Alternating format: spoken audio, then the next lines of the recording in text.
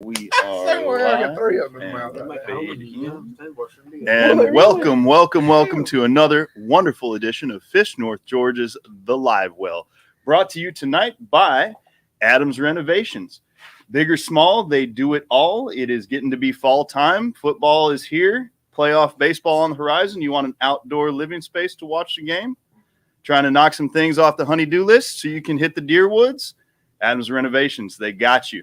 470-505-3412 or adamsrenovations20@gmail.com. They'll do everything but the spiral staircase. That's right.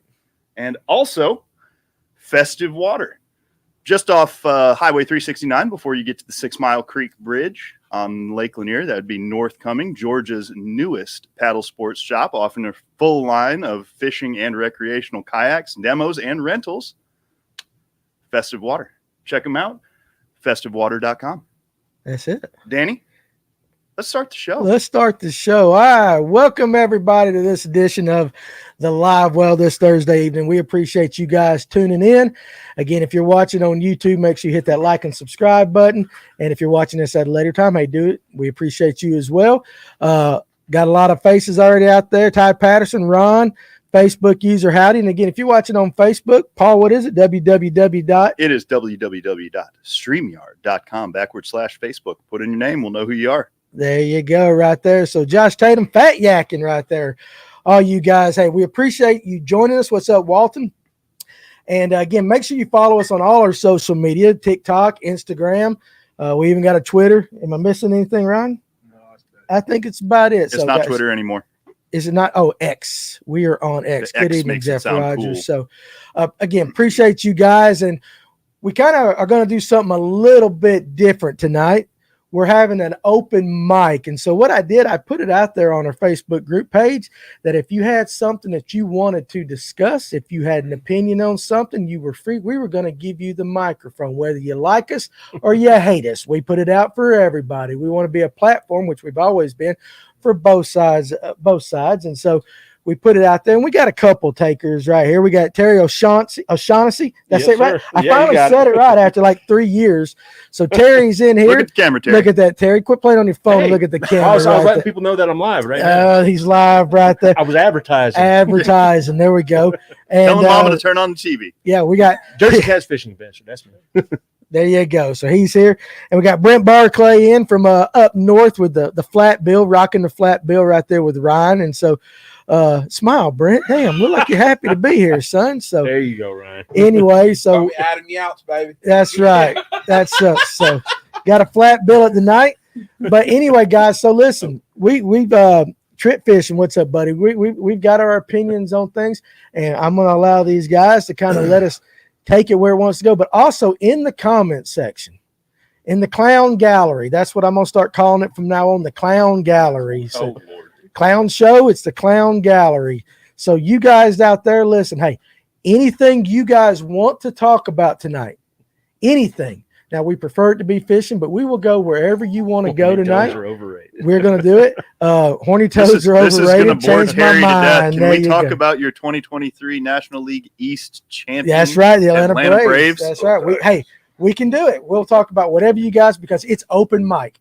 And so again, whatever you guys want to talk about, please put it in the comment section so that we can recognize you and we can talk. Let's just have some fun for the last or for the next couple hours. There is no Braves baseball tonight. It's a travel night, and unless you got Prime, That's you're a not watching a hangover night football is game. what that is. Huh?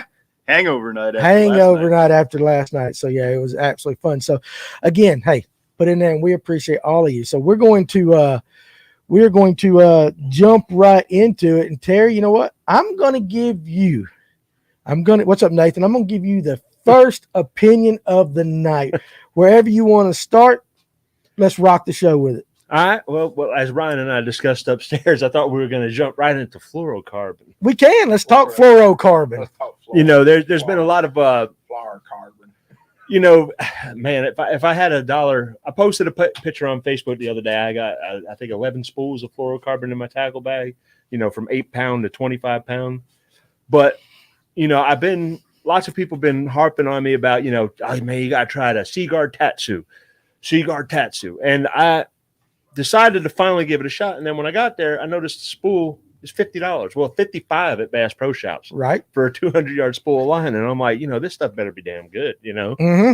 And since I bought that spool of line, I've broken off more fish in the last few months using that line than I have on any other fluorocarbon I've ever used, and lighter fluorocarbon at that. Right. And, some of the guys, well, you got a bad batch. I'm like, well, for $60, that's right. I shouldn't have a bad batch for $60. Should be some quality control. That's what I'm saying for $60, And but it turns out that a lot of companies get bad batches from time to time. I'd used FC Sniper for almost a decade, and then I had 2 back-to-back spools of 16-pound test that was just breaking on the hook set, breaking while I was reeling in fish. Right. And then that was it. I lost a big fish up in Notley one night, and I swore it off for good, and that was that. I see. That's what I mean, Ron. But the thing is, for $60, there shouldn't be no such thing as a bad batch. I get that. Real quick, we got a Facebook user's got a question. We're gonna hit your questions and your comments too. But where did it go? Catfishing right there. Real quick, do you recommend fishing in the rain for catfish or after a rainstorm? Yeah, I say in the rain. Yep, right before, during, and even a couple hours after the rain rolls out are your best times for catfishing. Fish don't drain. Fish are wet. Yeah, they're wet all the time. They're wet, so yeah, we can do that. When do you use fluorocarbon versus mono? You can start that. We can go however you guys want to jump in. I use mono if I'm using big lures, because if I'm using big lures with braid, because I'm using it more for the stretch. It's a shock leader more or less. If I'm throwing big swim baits or a big bomber or something like that, I'm using about a 5 or 6 foot leader, a 20-pound test mono. It more or less is a secondary drag. That way I'm not snapping the line on the hook set. But other than that, it's all fluorocarbon all the time. What about you, Brent? Mono only on top water is the only time I ever use mono. Mono on top water. Yeah, that's the only time I ever use it. Let me ask you this. Now, we've had this discussion. Is the price for fluoro worth it? I mean, the old timers caught plenty of fish on mono. I mean, seriously. I agree with that 100%. I mean, I don't know. Now, FC Sniper now, just the big spool FC Sniper now is 130. Oh yeah, but now with striper fishing, the last time I was out on Lake Lanier, I tried to use 12-pound leader fluorocarbon as much as I can. Right. It seems to be the soft spot between strong enough to get a 20+ pound fish to the boat, but thin enough to fool picky fish. But the last time I was out on Lake Lanier, I couldn't get bit on any of my rods that had anything heavier than 8-pound test fluorocarbon.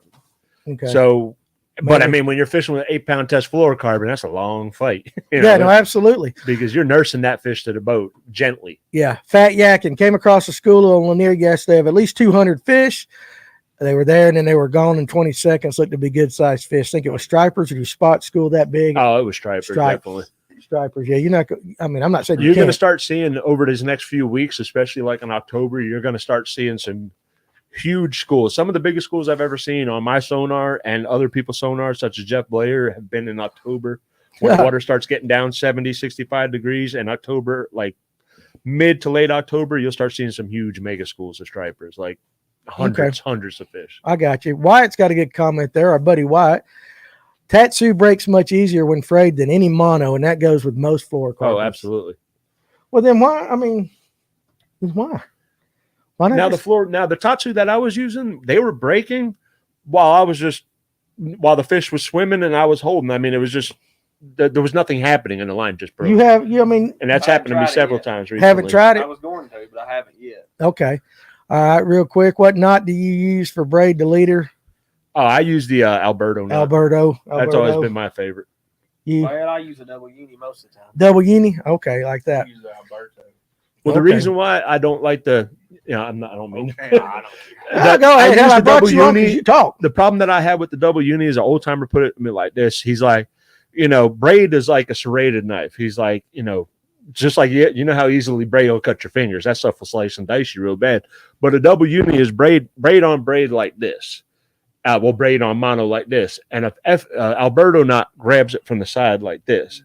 So you're not cutting into the line this way. It's more like a noose on the fluorocarbon, from the side, and you don't have that braid trying to cut into that one loop of line.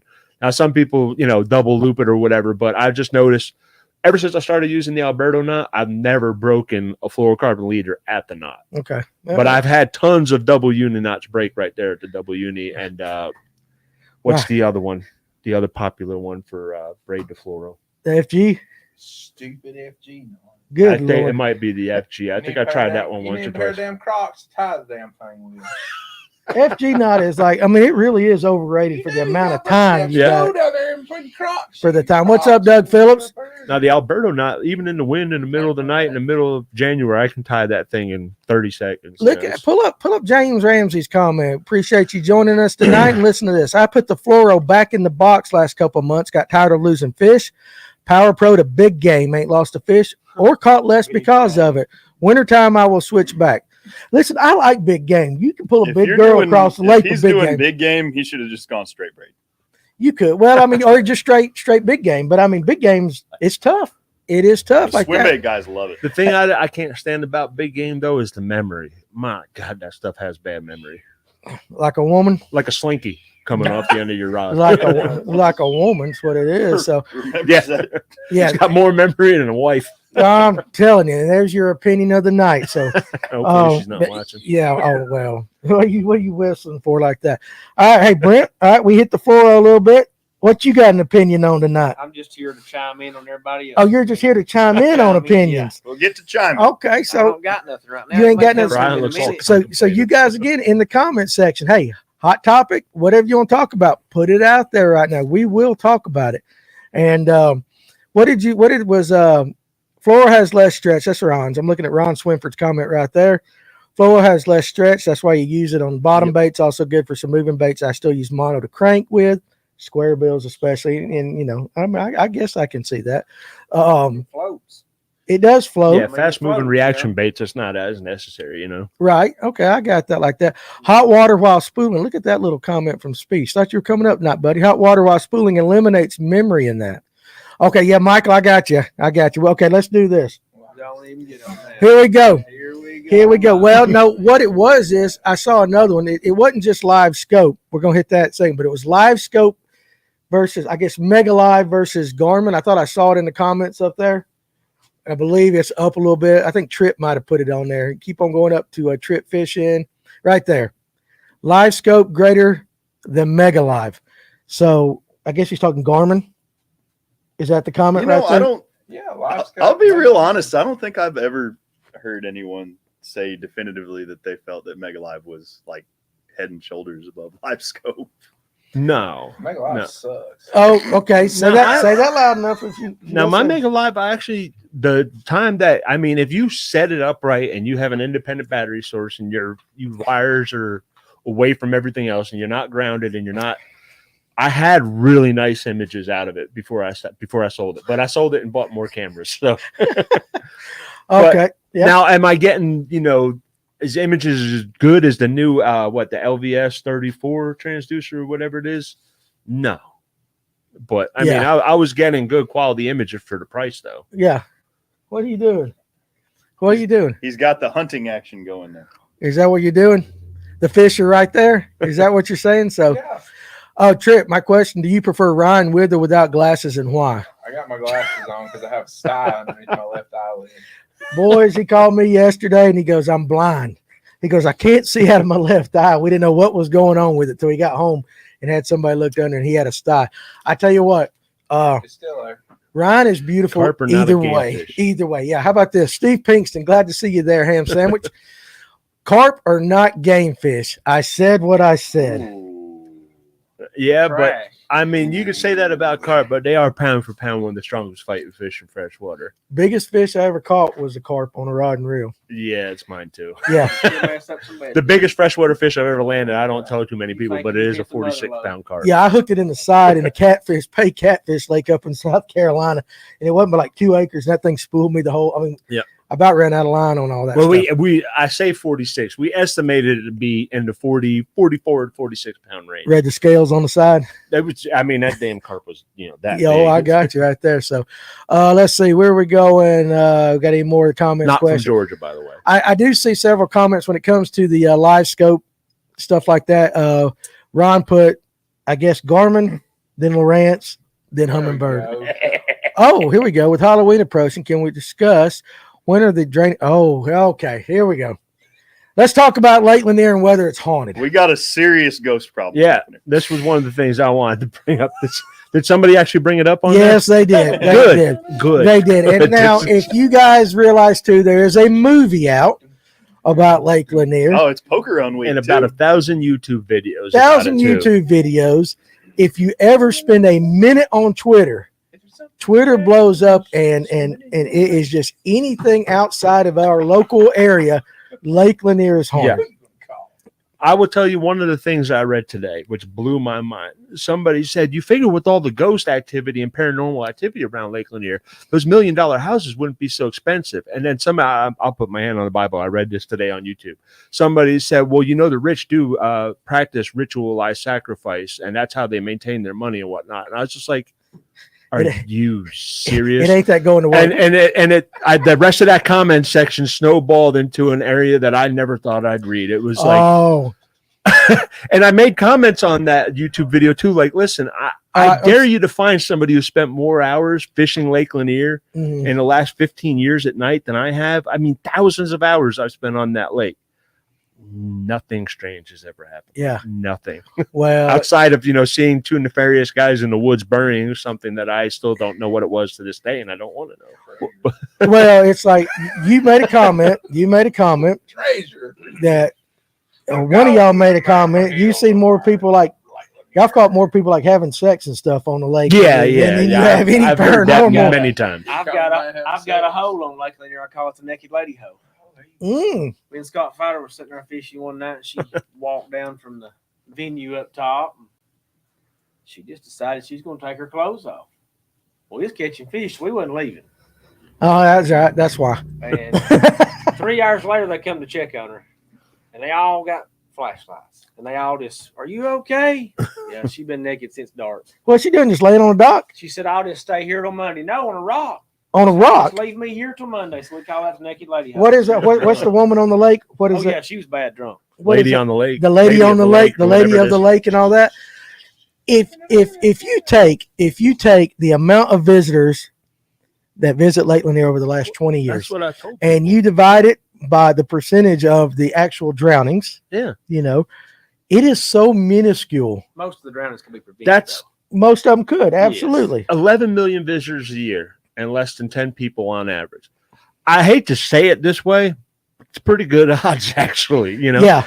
The problem with the comment that I made specifically was, look, Lake Lanier Georgia doesn't have a boater's license. Many people can come here and rent a boat. There's bars all over the lake. It's a drinking atmosphere. It's a party atmosphere in the summertime. People don't understand that Lake Lanier is shallow in some areas, but it just drops straight off in other areas. And people who don't know how to swim go out there and they go bloop, and accidents happen. I mean, alcohol, inexperienced swimmers, inexperienced boaters, and a party atmosphere, and 11 million people. Right. That's why we have 200 plus deaths on Lake Lanier. While we're doing math too, like a lot of people, their frame of reference for swimming is the ocean, and you float a lot better in salt water than you do in fresh water. Absolutely. It takes a lot more energy to stay up in fresh water, and I think people get exhausted and they just, especially, don't I hate to realize say it. One thing I've noticed, I've gotten fat, and fat is like water. It doesn't float very well. Right. And since I put on a lot of jiggle, I sink a whole lot faster. It's a lot harder for me to swim these days than it used to be. Well, a lot of people, they look at those islands out there and they're like, I think I could just swim out there. Yeah, it doesn't look that far when you're standing on land. Because it looks like it's close. And then, now listen, and I don't. No, that's another thing. People are terrible at estimating distance over water. Yes. Because most of your depth perception is based on stuff that's close, and then you go close to far, and you lose that frame of reference, and people are awful at estimating distance. Back in the day when I used to partake in alcoholic beverages, I lived in Flat Creek, in the back of Flat Creek, and I had a really good idea one day after about 6 or 7 beers that I was going to swim across Flat Creek to the other side. And I didn't make it. My brother actually had to come rescue me in the boat. Yeah. And because I was panicking. And I could do nothing but get my hand, raise my hand up and then try to get back up to the surface. Put my hand up and then get back up to the surface. Yeah. I was drowning. Right. And I don't even think I had eclipsed a little over. I think I was a little over a third of the way. Yeah. Ain't that damn, You know, but but that damn movie come out this weekend? It's out. I thought that it's It's showing. been coming out next weekend for the last. I think it's 10 actually weekends. showing. I think it's showing in Dawsonville right now as we speak. Oscarville. I will say I've this. seen it. Listen. I Yeah. thought it was gonna be a YouTube. No, it's in the theater. Oh wow. Yeah. Now I will say this. Oscarville. I will not discredit the past history of Forsyth County and Yeah. all the stuff that went back. well, But that's the Not great. thing It's about not great. Oscarville. It It's was not a great. largely black community in the I ain't early afraid of no 1900s. ghosts. Mhm. When Lake Lanier was Flooded. impounded, Yeah. it was mostly a white town, and those people were bought out. Yeah. Not well. They weren't given what the property was actually worth. Right. But that was 30 years after the fact when Lake Lanier was finally designated. And it took, and people, a lot of things that these guys on YouTube are doing is they're making it seem like they build a dam and all of a sudden they let this water loose and flood Kind the of like, valley with people there. brother, where are you? Yeah, Yeah. that's Yeah. the way people are insinuating Like, here it it comes. happened. And I keep telling people, like, the lake took 5 years to fill up. Yeah. No one was overtaken by No, surprise. It was like Like, you know, when the water got up to your waist, it might be time to leave. Yeah, You know, yeah. but, they seen that water coming for months. Okay. It took 5 years to fill that lake. All right, Colin, I'm gonna get to your comment. That's gonna be the next one, but we're still talking a little bit about Lanier. But you know what? You can't convince people outside No. of the Lake Lanier area that it's not haunted. I see it on No. X. I didn't say Twitter this People time. want on to X. believe in something like that. They want to believe It's in still something like Twitter. that. It Now is here's still an Twitter. interesting one from Nathan. Like, we should try to get Yeah, I Peck and seen maybe that. Yeah, I've Richard seen that. Pickering on the show. I think that'd be fun. Well, you know, one thing we talked about upstairs I is watch a lot of those dive movies yeah. from Lake Lanier. we hear all the stories, and we've all heard them growing up and all about the giant Volkswagen-sized catfish and everything. But the reality is, once you get down It's dead 20 water. foot, you can't see in Lake Lanier. I mean, but you can't. It's so dark down there. Well, the thing about catfish is like a Jersey cat. I am a cat fisherman first and foremost. Right. Stripers is what I'm known for, but I love me some catfish. Yeah. The chicken struck story is 62. 62 or whatever happened. The catfish that are capable of taking down a whole chicken weren't in Lake Lanier at that time. Channel catfish were the predominant catfish that were in the lake at that time. And the world record channel catfish is only 58 pounds. And if you look at the mouth on that catfish would have a hard time taking down a whole chicken. Yeah, but you hear the stories. The other thing is right there off of Brown's Bridge is pretty deep water, steep water. And if flatheads and blue catfish, which are two catfish that are capable of eating a whole chicken, were in the lake, that's not the area that they would be inhabiting anyways. You know, it's just not the right dynamic for them to live in that area. And the same thing with the catfish the size of pickup trucks down by the dam. The water at the base of Lake Lanier Dam is 130 something feet. It's cold as heck. There's almost no oxygen down there, if no oxygen. Right. There's no nutrients down there whatsoever, really. It's pitch black. There's nothing to sustain 100+ pound catfish at the base of Lake Lanier Dam, you know. But people want something to believe. But what's funny is if you go up north, they're the size. The one Sing thing it I got a for us. kick out of it is down here they're the size of small pickup trucks, and up north they're the size of Volkswagens. That's what we were always told about Round Valley in New Jersey. Volkswagens There's and all catfish that. the size of Volkswagens at the base of Round Valley Dam. But Down there's, here they're the size of there's Okay, nothing. Huh? I'll say this, and Terry, you've caught a lot of big catfish. If you were in that water and you ran into one, just the size that you've caught, 45 or 50 pounds, how big would you say that fish actually was if it swam up to you and you were down there diving? I'd probably say it was 50, 60 pounds, probably. You think you'd get it right? No, it'd probably add size to it, I'm sure. But I mean, I wouldn't go adding 100 pounds to it, you know. Well, let me I wouldn't take Like- the 40+ pound flathead that I got out of Lake Lanier and call it the size of a pickup truck, though. Oh, but I'm they're definitely there. not mistaking that. They're there. Well, let me ask you this question. Throw it in on top of that. We pretty much have determined it's too dark to see. Absolutely. Yeah. So why certain colors on worms and stuff? Bait don't change colors. Okay, so but down there, are you actually seeing the colors? Or are you seeing, or are the fish sensing, the vibrations or something? Are they seeing colors? Is it because their eyes can see in the water better than ours, or is it just too dark? You know, there's another thing that's always tripped me out about it too, is I've seen the videos on YouTube of people diving in Lake Lanier. Yeah. And it's dark down there. But yeah, I can put a herring down 40 feet down underneath the boat, down by the dam, and I can watch a striper come from 80 foot up and grab that bait. But is it because they can see it, or is it because they can sense it? That one I don't know. I ain't got no answer $1 million for it. question. But I can see a striper come from 30 foot plus foot away, beeline to that herring. Right. And it's like, I don't know, maybe they could see the slight silhouette, Maybe they what got- little they got bit of the light there senses and is. all I that. don't know. But I've seen it a million times. If you striper fish on Lake Lanier, you've seen it 1,000 times, that a Right. fish will come from 30, 40 feet away where it's supposed to be dark Right. and nail that herring. Go right after that herring. Do you put a lot of emphasis on colors when you're fishing deep? I don't. A lot of people, as soon as it gets dark, they start throwing black stuff. I've never. Bait don't change colors. Right. We've had that argument. Yeah. With spinnerbait bite at night. A lot of guys throw the black spinnerbait, but we've yeah, had I that. do. I mean, why do we It throw a black works. But then they spinnerbait? throw the black spinnerbait with a big old blade.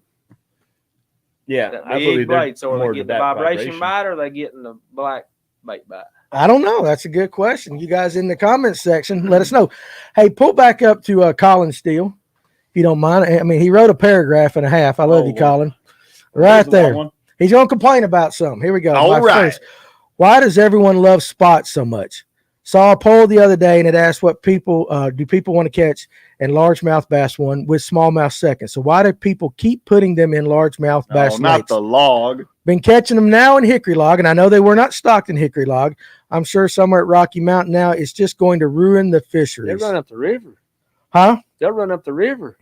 Spots will. Oh, spots are. Oh yeah, They were not stocked. They were not stocked in Latham. yeah. I don't know the makeup of those lakes. Well, so Latham was stocked with largemouth bass. So was Hickory Log. They're like 300, 400 acre lake. These reservoirs right there. But both of them are off the Etowah. Yeah. And so the common theory that I've heard is that they were some in the creeks or they ran up into the lake when they were building it in the creek. So I don't know, but I know they were not stocked. But I can tell you right now, Latham is probably 50-50 spots to largemouth. So I don't know whether they were put in purposefully or not. But as far as like bigger lakes like that, I mean, why he don't like spotted bass? He likes largemouth. Absolutely. Why are we putting them in lakes? I wish people. It's a sad thing that a lot of the fish, a lot of different bass species are going to go by way of the dinosaur over the next 30 years because of the spots. Yeah. Because they're just interbreeding with everything. I mean, look at all the shoal bass. I keep seeing people fishing above Lanier. Look at this giant shoal bass I got, and you can clearly see there is spot genetics in that shoal bass, and it's sad. Yeah, they kind of Blue Ridge, Lake Blue Ridge. Now you don't have the smallmouth anymore. You got some mean mouth. Occasionally you'll catch a smallmouth in Blue Ridge. Yeah, it's kind of like a unicorn now. Yeah. Oh, they say they stock them, but that ain't never striper bait. Right. Well, and I tell you what. So Michael Temples, Colin, and you might want to keep this conversation going in the comment section. What part of Hickory Log has anyone caught a spot? I haven't seen one there. I have seen myself pictures of 2 spots that were caught in electric only tournaments, but they were small, and that's the only 2 I've seen since it's been open. I don't think there's a lot of them in there. I agree, Nathan. The average bucket biologist don't know what spots do to the fisheries, and so that's a good opinion, a good complaint. But like again, Lake Lanier is known as a spotted bass destination now because it just has it has the bluebacks. But not every fishery with spotted bass turns into Lake Lanier. No, we're the exception to the rule, I think. Okay, yeah. So like that. Lots of other places that I went fishing at, other lakes that have them, they don't get very big. Right. Smith Mountain Lake has now. See, the thing is, I fished Smith Mountain Lake, not Smith Mountain, Lewis Smith Lake in Alabama. Mm-hmm. They've got tons of spots in that lake, but no herring. Now, I fished the one night and I caught several spotted bass that night in the 4-pound range that were quality spotted bass. And to my knowledge, I thought there weren't big spotted bass in that lake. But right. They seem to be doing well in that lake without herring, Yeah. Because, I guess it just depends on the fishery. Yeah.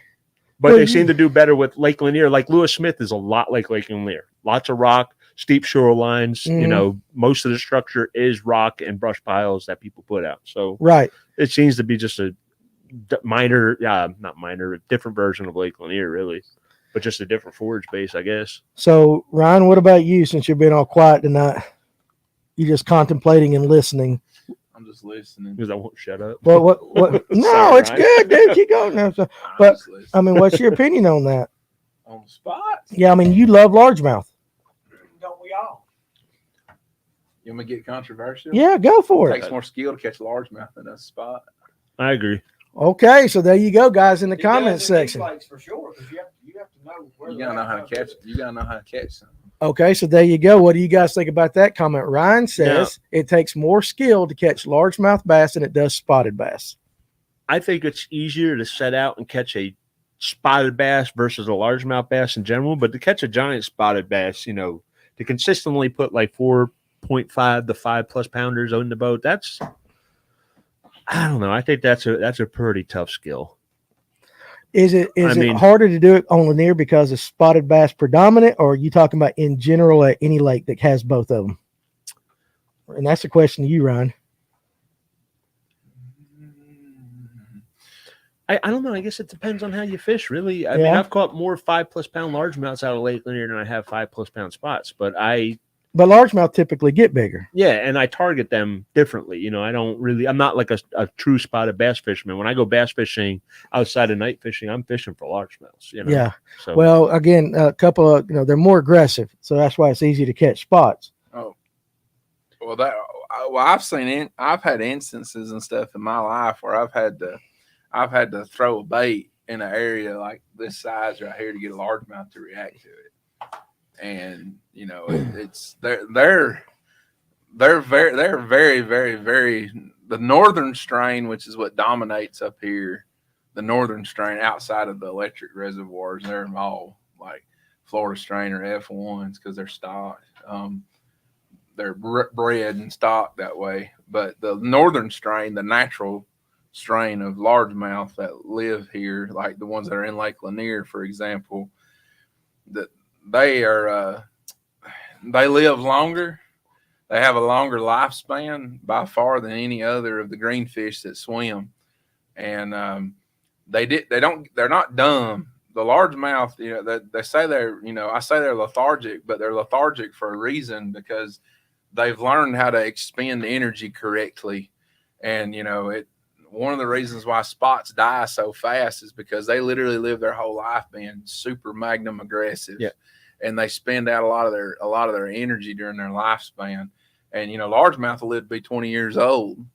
They'll live to be a long time, especially the northern strain. Not so much the F1s or anything, because they're like a hybrid. But any type of hybrid animal does not live as long as its predecessor is supposed to live. Now I've got a question for you, since you seem to know a lot about it. I've always read that northern strain largemouth are more aggressive than Florida strain largemouth due to the smaller season, so they're genetically geared towards feeding more often because of the but then again, I've caught them through the ice. But besides the point, which is easier to catch, Florida strain or northern strain? Northern strain are far easier to catch than the Florida strain. Why is that? The Florida strain, for the most part, I think it's by no choice, but they live closer to cover than northern strain do. Northern strain live in a lot of cover, but the Florida strain, they live in thick matty grass vegetation and stuff like that in Florida. Yep. They live real close to that stump over there, and they stay on that stump. A perfect example of that is just watch Tyler Rivette win on Okeechobee during the Bass Elite this year. He was pulling them fish off of stumps in the little creek channels on Okeechobee. They were showing his live scope, his hummingbird. Well, he had hummingbird Mega Live, so they're able to show it. They were showing it, and them fish was like, if this was the stump, them fish were like right here. And like he had to get his jerk bait right down through there in order to give him a move. I know. Nathan Dunk. Ryan is country as hell. Glasses or no glasses? Glasses or no glasses. Listen, I'm with him every single day. Trust me, this is tame for what he normally is. Colin put northern are much more aggressive. Florida's are more picky, hard to catch. No doubt about this. Yeah, they are. Florida strainer, but see, the F1s are really weird. So for anyone who don't know, the F1s are what's in like Chickamauga and Watts Bar and Nickajack, all the way down like into Gunnersville and stuff. And they love that grass, but they'll school. And like northern strain don't really school up. Like, I mean, they will school up, but they don't really school up in massive schools like them F1s do. Yep. And Florida strain will school up too.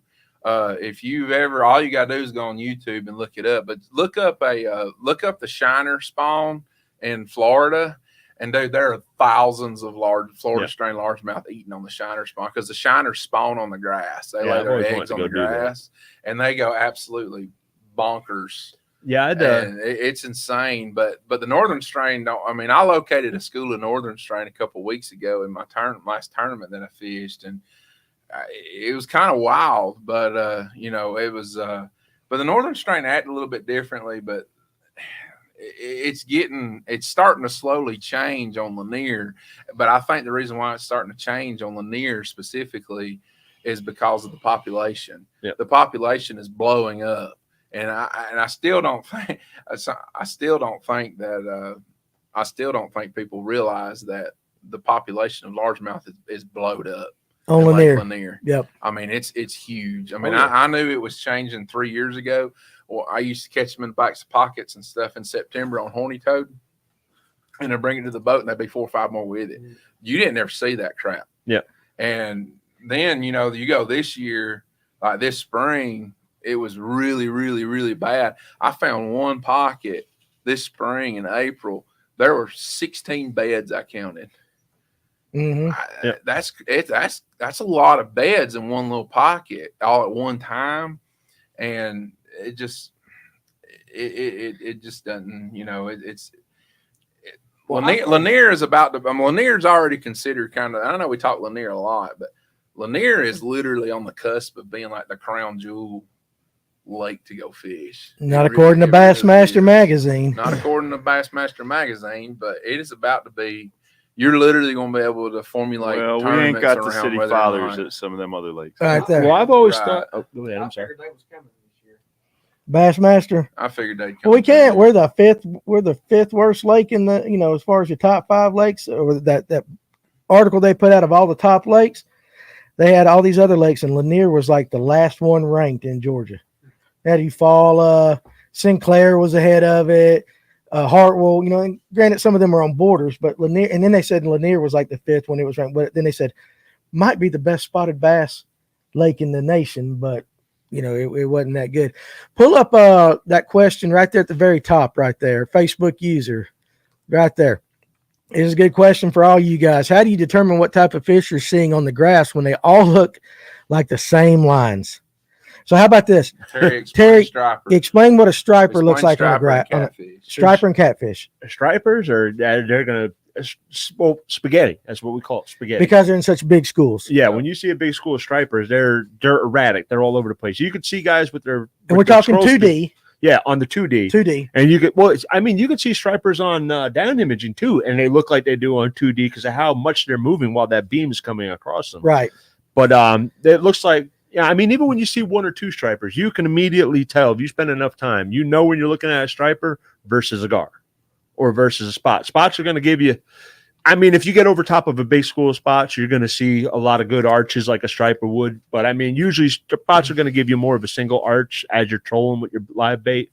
But stripers, you're going to see these big spaghetti, arches all over your sonar unit. Big old can of ravioli just said spaghetti kind of sitting over there.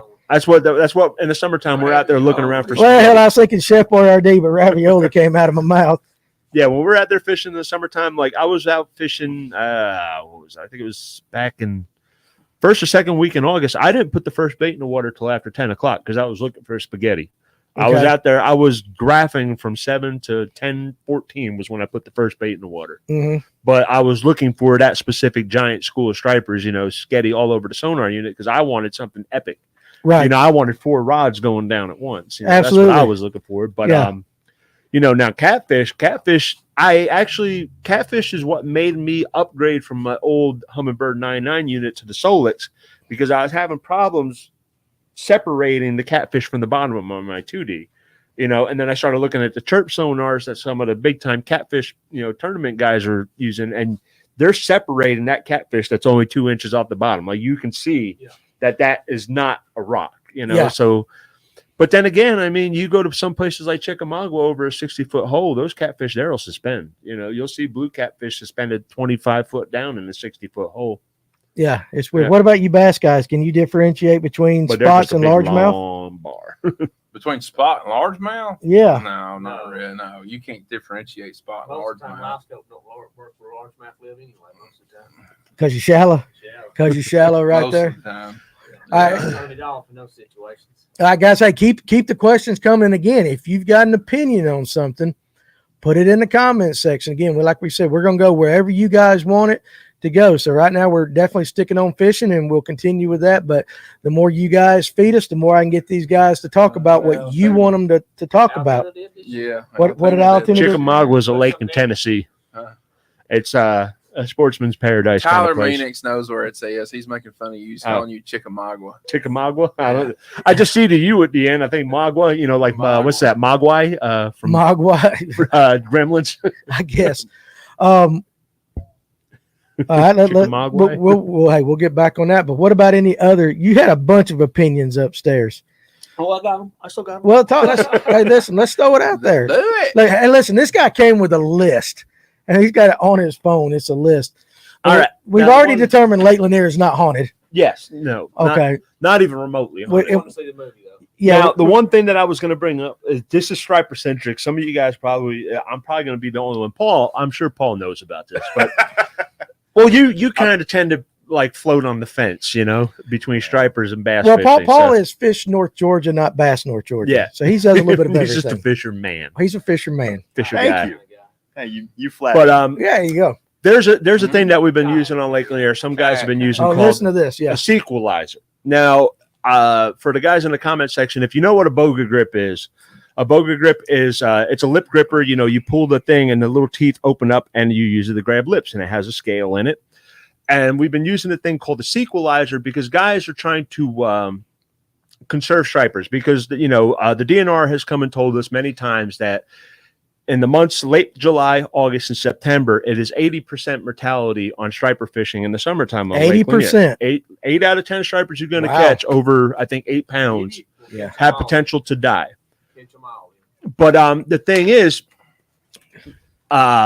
my biggest opinion was I think the biggest problem is a lot of us try to take pictures of every striper we catch. I did it for years. I killed tons of fish in the summertime, and then it just got to a point I didn't like the summertime fishing anymore, so I just stopped doing it. But what had happened was these guys go out and catch fish, and now everybody wants pictures of their fish. So when you net the fish, it takes a couple minutes to get the phone set up. You got to set the timer. You got to get back. You take the picture of it. That picture looks like crap. I got to retake it. Some of them fish are out of the water for several minutes. My opinion is get an action camera. You take that fish right out of the net, right there in front of the camera, just dump it right back in the water, and then you can go home, pull it up on your computer, and take a screen grab of 30 or 40 different frames when you have that fish, and you'll find a good picture. But back to the sequelizer thing, some guys are using this thing called the sequelizer. It's a boga grip, pretty much a boga grip on a line where you can drop it down and release the fish at like 30 foot, 25 plus foot.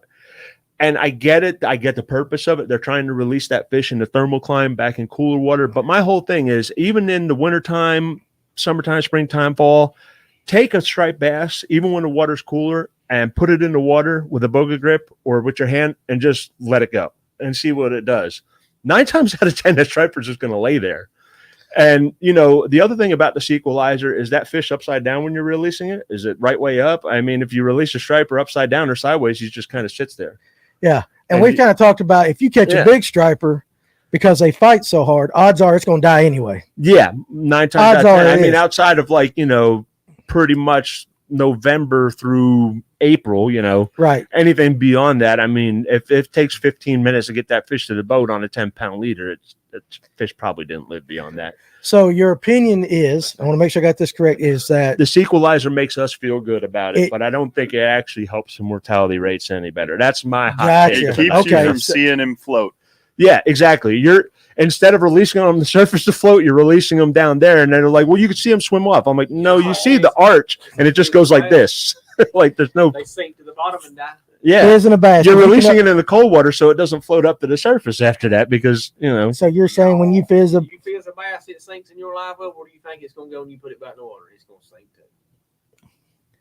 But it makes me feel good about it. Because you didn't see it belly up in the lake. Whoa. Gotcha. And is not the fizzing, isn't the air their ballast more or less? Pretty much it is. You are putting a hole in it. Yeah, you did just poke a hole in it, and there is a big debate as to whether it heals up or it kills the fish. But you feel like it just is. That's why a lot of people use. A lot of people use the fish weights, the fin clips and stuff. and that lets it naturally go out in the live well. We don't deal with this a lot in the striper, well, we deal with it a lot in the bass world. Yeah. But do you guys ever put stripers in live wells and try to release them? You can in the wintertime. You can keep a striper surprisingly long in a bait tank. I had always had my own misgivings about how long you keep a striper in a bait tank. But in January, we fished the big striped bass challenge on Lake Hartwell, and we kept 2 8-pound stripers alive in the bait tank for almost 8 hours. And at the end of the day, at 3 o'clock, we let them go, and they took off. Now, that was 8-pounder. So if you'd have caught a 30-pounder, would that have been the same? Well, I mean, they'll be alive during the weigh-in. Now, I've seen people. In the wintertime, yeah, in the wintertime. Okay. But then I've seen. Your water temperature is going to be the same you live when it is outside, pretty much. Gotcha. We had a big striper tournament on Lake Lanier, and keeping a striper alive, a big striper, they use these things called striper tubes. Mm-hmm. It's a tube about that big, that's about that wide, and it circulates water up. So you put the striper nose down in it, and the striper just sits in that tube, and it keeps circulating the water, up through the lungs and whatnot. And I've seen the fish, when they take the fish out of the striper tube, they are alive. Now, the whole thing in these striper tournaments, the live weigh-in striper tournaments, they just have to be alive. And they won't deduct you. Nobody cares if that fish swims off. I hate to say that. That's the way it is in a lot of bass tournaments. But I've seen it. A friend of mine who won a striper tournament on Lake Lanier, it was a late October tournament, and the fish were caught upriver, and they had them on striper tubes. And yes, that fish was alive when they put it on the scale, but that fish did not swim off when they tried to release it. Both of those fish, Mm-hmm. So, and that was my whole thing. I'm like, the fish are dying anyways, right? And it turns out that the guy that was running the striper tournament was also renting out the striper tube, so he was vested to, Right. Because the year before we fished that tournament, and there was no penalty for dead fish. You could bring them in dead or alive. Right. But then the following year it was live fish only, but I rent the striper tubes, Gotcha. So Can a game warden check your fishing license? It just came to me. Can a game warden check your fishing license in the parking lot of a boat ramp? Can the game warden check your fishing license in the parking lot of a boat ramp? He absolutely can. I would think so, yeah. He can what? He absolutely can, because it's happened to me. Is it It because happened to us on Carter's 3 times in 1 week. you weren't even on the water yet? No, we was out. We were done. License and registration. So your opinion is that's wrong? Well, so what if my wife was with me fishing tournaments? Sometimes she'll go with me just to ride, and we get out of the water. How can I prove to him she didn't fish? Now, I've actually had that argument. I did have a game warden stop me when I had somebody in the boat who wasn't fishing, and I was able to get him to back off of that. Like, listen, they're not fishing, But if they ain't got a rod in their hand, Yeah, they can't get you they for can't that. prove you that. So, how can they check you in the parking lot? Is it because it might be on core property or on the lake property? Game warden does not control core property because we asked him if he would worry about people cutting Cadillac converters off our trucks while we're fishing, and he said that's not my property; it's core. But he can check you for the But he game can for the check you license. for the license in their parking lot, and I'm not on his water. That is a very interesting Yeah. gray area right there. Thank you, Tyler. 3 times. in What 1 did Tyler say? Read that out loud, please. Don't know why the hell we still have damn weigh-in anyhow, just because some ancient boomer can't figure out an iPhone. I like that. That's I good. hate- Read this now as well. That's why I don't like the MLF because they don't do live weigh-ins. You like the live I weigh-ins. like the And I live know weigh-in. Ryan likes the live weigh-in, and Ryan will tell you the argument is because part of a bass tournament, the strategy is keeping the fish Keeping alive. the fish alive. It is part of it. It is. Well, I've heard you say it enough. But I'm not anti-digital either. No, you're not. Digitals are fun. Digital are fun, but still live weigh-ins are better. It does have more drama. When it brings a crowd to Hey, see the I can have festivities drama also. in a link tournament too, as long as you don't finish out the letter, and instead of putting a Z69, I wrote a 769, and it cost me $500. Did it really? Oh yeah, we don't want to do that. But okay. So But you ain't mad.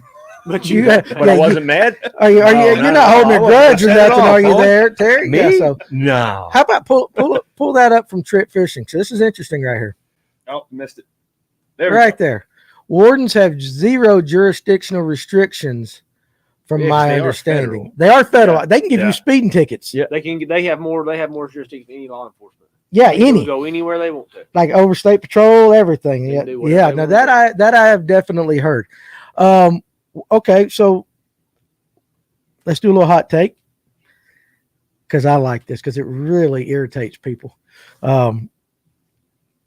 guys that just put in, especially with the stripers, because there's a high mortality rate, guys specifically catching fish just for the pictures and, keeping them in live wells a long time.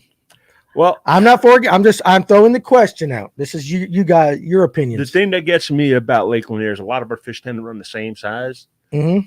So I get it. You caught a lot of fish. You caught 20 stripers that day, and they were mostly between 28 and 32 inches. But at what point does it become redundant? Did you have to take a picture of every one of them? Right. You caught over, whether you caught 10 or you caught 20. I don't necessarily disbelieve you. I believe you. If you say you caught them, you caught them. I have no reason to not believe them. Yeah. So, but I mean, none of them were exceptionally bigger than any of the other fish caught. After the third or fourth one, I get it. You had a good day. Good job. Okay. All right. Now, but on the other flip side is, guides take a lot of pictures of their fish. Yeah. Which I'm doing guiding part time, and I get it. It's advertisement, so it's like. It's a fine line. Yeah, I get why they're taking pictures of every fish, because they want the customer to know, hey, you come out with me, this is what you can get right here. Yeah. 20 plus fish, so which one is it? What, Ryan? Now, the keeping in the live well to take your picture at the end of the day with 5 bass and to drive around with them in the live well all day, I don't get that part. Yeah. I get it, you kick butt. That's why I always fish naked. Yeah. Never had a green britches even get close to me. Facts. Interesting. I've only comment. been hit for my license one time in the past 10 years. I've been hit for mine. When it 5 happened? or 6 times this year for some reason. That's the first time in my entire life I've ever been hit. And it was under the strangest circumstances. Yes. I was way back at 2 Mile, middle of November, 10 o'clock at night, fishing, and I hear I can't remember what he said. Georgia DNR, I need to see that, and I'm like, no. It's in the middle of the dark, and there's a guy in the woods telling me he wants me to come over there, and he took his flashlight and shined it down on top of him, and it was DNR in the middle of the woods and back at 2 Mile in the woods, 10 o'clock at night. I love DNR. And so I moseyed on over there and showed him my fishing license, everything, and everybody always told me, well, why don't you just leave? I'm like, yeah, he really couldn't have done nothing, Right? Yeah. Was he going to hop in the water and swim after me? But, That's what it always is. Yeah, haven't any luck today? Yeah, out there. He says, having any luck today? What the shit? I got the how you doing is where he started his. I didn't get that. And he's like, You're over there kicking corn. You're over there kicking your corn into the water. I didn't believe him. I was like, yeah, all right, buddy. Man, we had a good grand old time today. We caught about 12 them trout. We're doing all right. We're going to go home and have us a fish fry. Ken Burke, I'm definitely not fishing naked. That was not me. That was somebody else in the comment section. I showed you guys my feet a couple of weeks ago, and we just don't want to go back down that trail again. I did get checked by one on Lanier. Yeah. And he pulls up and I give him my license, all that. He goes, you run that podcast? And I said, yes, sir. And he goes, yeah, we listen to you. So, guys, if you think that you stop Here all the we time. go. Now you tell I got to go home and make sure if everything's you think that DNR doesn't, I wish he would tell us. Do I got my little whistle? they check it out. But also My too, air horn in good? Dahlonega and up at Yahula on a Friday, we went up to a tournament that Saturday, and we were pre-fishing back when they allowed you to pre-fish. We got checked by the game warden. Turned around the very next day fishing the tournament, same game warden out there, come up to him. I'm like, hey, bud, how are you? License. I'm like, dude, you just checked me yesterday. How many people are you checking a day? We had a 30-minute conversation on Friday. The same way Yeah. it's happened to us at Carter's this year. They checked us 3 times in 1 week. And the last time I was like, do you not think my license expired from 2 days ago? Tuesday to Friday? You don't now to remember the Saturday? date on you it? don't remember it? Yeah. But don't get me wrong. We appreciate our We DNR. do. I'm not. We're just having a little But fun. No, absolutely. They're cutting Cadillac converters off brand new trucks. I in the just parking lot wish while we're that fishing. DNR had more of a presence during certain times of the year. Yes. Yes. Because a lot of the nefarious crap that happens, at least in the striper fishing community, happens in the middle of the winter.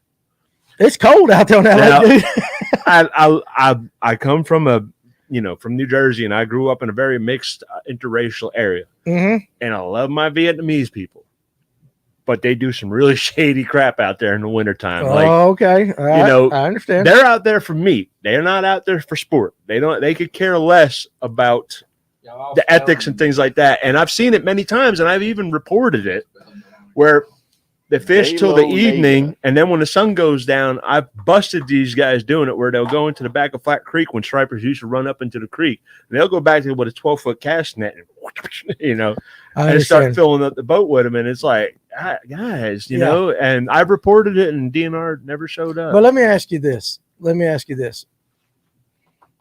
play devil, and I'm gonna play devil's advocate. Let me ask you this: if you were a game warden, or would you be more interested in penalizing somebody that might be just trying to feed their family, something like that, as opposed to somebody that's out there all the time bass fishing, breaking the rules that should know better? Well, let's just put it this way: I got a ticket from DNR, and it was a no excuse for the law type deal. Okay, yeah. I caught a brim in a cast net. A brim was about that big, and I didn't know the law at the time. And my niece was with me, and we were fishing by McKever Bridge. I was trying to net bait. We were catfishing, and I threw it, and I caught that little thing. And she took it, and she put it in the bucket, and she named it. She built him a little habitat in there. He had all kind of rocks, little shells, and everything. And that kept her busy. Now, this was Memorial Day weekend. They beached the boat to come over and talk to me. And I'm right there on McKever Bridge, McKever Road, right where the bridge is right there. And there's a marina back there, and there's the bar back there. They beached the boat Memorial Day weekend. Now, there's pontoon boats going by with red solo cups in every hand, music blaring. And he's on the beach messing with this guy with a 5-year-old. During Memorial Day weekend, was I the biggest priority that weekend? Now he comes up, and there's my cast net sitting over there, and there's the brim in the bucket. He goes, "How'd you catch that brim?" I go, "I got it in the cast net." He goes, "Ooh, that's a problem." I said, "Problem? Why? What's the matter?" He's like, "That's a game fish." I'm like, "He's this big." He's like, "Doesn't matter. Cannot catch a game fish in the cast net." And I'm like, "He's alive." I was like, I released him, and I still got the ticket. That little brim cost me $250. And it was like, I bet you won't throw a cast net. He swam off. I didn't keep him. I didn't eat him. I didn't kill him. He was unharmed. Right. But it was like, not knowing the law is no excuse for it. The law is the law is the law, I understand that. I understand that. That's big in the trout world too. Yeah. Here, Danny, read this one out loud so Justin Speaks can get mad. They should also write tickets for yackers who take up a ramp launching. Here we go with that. That's we've had that argument a lot recently, actually. Well, remember that picture I sent you? It is something, and I think if they're still watching, you could get a lot to chime in on that. I think it is a problem, but it's no worse of a problem than people who just can't back up a boat, period, and they take 8 hours trying to back up a boat. The problem is when there's a thunderstorm rolling in and it's code red and I got to get my boat on the trailer and you guys are diddly-daddling, with the thing sideways on the ramp. Come on, dude, get out the way. I got to get off the lake, man. I understand that. And I try not to get nasty with people because, if they see my truck and then they see it down there again, that's how you get flat tires and stuff. So there's Justin Speaks in the comments. He showed back up. He is awake. I deserve it, right there at the bottom. Very bottom. Going down that though at the bottom, like because I knew I should have been there to chip, to put in his 2 cents like that. We've had that argument a lot. It's worse. I think there's more run-ins on the smaller electric only reservoirs because the ramps, there's not as many ramps. I love all you guys. They should also write tickets for people who call starting an electric only tournament blast off. It's a zoom off. It's definitely a zoom off. The buzz off. Now, Justin, I get that. There are guys that do it. They're in and out real quick. They're back on the thing and they're out of the way of ramp. And those guys, not a problem at all. But there's some guys, but just like boaters too. I mean, it's some people just like, come on, what are you doing? Barely a buzz off. Get that thing on the trailer or get that thing in the back of the truck and move. Hey, listen, the other one, turn your damn headlights off when you back down a ramp. That is a big one. Yes. That is a big one. Turn them off. Just you can't. I don't think a lot of people understand. No, because when I start backing up, when you got your headlights coming up that ramp, I can't see the lanes, I can't see the curves, I see nothing but your headlights. I got no idea what I'm backing up into. Yeah, that's a problem, and that goes on a lot of. Let me take this one from Go ahead. Jeremiah. You can launch a kayak from almost anywhere, so I get it, but they take a long time to set up too. It's just like a damn boat. Yeah. Do not get on the ramp until you're ready to put that thing in the water. And you're a kayak guy. Period. Yeah, that's why I thought about it. Do As I not was saying, get on the ramp until you're ready to put that damn thing in the water. Yeah. It's the same as that 17-foot bow rider that's beat to shit and they bought it used fourth hand. and they're on the ramp, and now it's time to get the wife and the kids and the dogs in the cooler and whatever, and they splash it in the water. Oh crap, we didn't take the straps off. It's the same thing. Yeah, agreed. You don't get on the ramp till you're I'm ready. backing off my comment. I came down from that soapbox You because back- boaters are just as bad. I mean, well, you know. well, they are, but it's Who said that? what is that? Who said that? Said said what? Somebody said some vehicles lights won't turn off when it's dark. They will too. I can promise you they'll turn off. What is it you supposed to do to one click on your e-brake Turn and that knob, kills them? it'll turn 'em off. Yeah, you just haven't learned how to turn them off. Yeah. You've got them on auto from the factory. It is in your glove box. How to turn Check off this one lights. out. Hey, pull up Ken Burt right there. Pull up. Ken, hey, we appreciate you, buddy. Was at Charleston Park a few weeks ago. Guy had a pontoon blocking 3 ramps. Parked truck, came back, pulled pontoon to dock, Whoa. picked up 3 people, cannot make it up. Take a kayak launcher any day. Okay, so yeah, what you're saying, it is boaters too. Yeah. And it is a problem. But I think too, but I do think that most of the guys that fish in kayaks and stuff like they're in and out. I think it's more the inexperience, just like it is with the boaters. Yeah. And I mean, a guy can have a day just sitting back with a cold beer on a boat, watching people try to back trailers up and down, and be as entertained as anything you're going to see out there. So, There you go. Right there. Chris Taylor's got it right there. all right, let's read this. So, push in the parking brake a little before you start the truck. That turns them off. Okay, there you go. You know that? No, I didn't know that. If you reach up and press the parking brake in just a little bit, It's like just one click. enough for it, just a little bit, just enough for the sensor on the e-brake to happen. I'll be It'll daggum. I didn't know it'll that. click 'em off, Well, Chris because Taylor, we anytime you have appreciate a that. your You know who we parking could brake hate on, your lights equally? won't turn Jet on. You skis. never noticed You're that? crazy as hell. No, You know never what's noticed Nathan? that. I've actually been We'll looking go into party. a fishing Come on, jet we got ski. You got a forward. Ours will turn off all the way. We got a knob over there. Yeah, I can turn mine off all the way. Okay, but that's interesting. Now, Sounds like yeah. a good How about life. Skinner? You know who we can all hate equally? Jet skis. I had some very respectful ones this spring happen to me though. They were. You being sarcastic? Oh, they were. You know what? I haven't had had many some problems with them respectful this year. ones. The times I've been out, they've kept their. One thing that's been big is a lot of people. I don't know if that 200-foot rule that they came up I was with. gonna It ask seems you like something. since they came up with the They 200-foot enforced rule, it. they got closer. They're not enforcing They're it. not enforcing. No, it. not at all. I have It's supposed to be noticed. 200 foot mini shoreline or any other vessel. Oh, they ain't enforcing crap. They ain't Oh, enforcing here's it. a hot take. I got one for you. Go How ahead. about the 40-foot cabin cruisers on Lake Lanier that come out of Bald Ridge and Port Royal that kick out 5-foot rollers when they go down the lake with the bow 6 feet in the air? Learn Part- to trim your boat. Yeah. Well, Yeah, I got a 21-foot plus saltwater boat, and I'm taking waves over the front on an A lot of inland people lake would with fly no out there, navigable that. outlet. Okay, so personally, I as an angler, I don't like them. Yep. You know, I mean, I don't like them as an angler. My opinion, they don't belong on a freshwater lake. Scenery's good. Get a houseboat. Paul, what was that? Scenery's good. Scenery can be mighty fine on some of them things. Get a houseboat. Almost like Get a 70 house, plus year old women. Huh? You almost Almost like 70 plus year old women. no. Listen, Lake Lanier. When them battleships come rolling out of Baldridge, sometimes you see some things. You see some Dude, things. Several times this summer. It's one of the reasons why I stopped fishing this summer. I couldn't take it anymore. I can't. Football I can season deal with the starting wake late, boats and some stuff. They put out big waves, Yes. but those cabin cruisers that come out of them marinas at around 10, 11 o'clock during the day, sometimes I couldn't imagine being out there in a 16-foot boat and not seeing one of those waves coming at you. Yeah. Well, what do you think? Now, South Carolina banned them, right? Yes, I Didn't said. South Carolina pass a law about that I type know of up north vehicle? There's a bunch of them.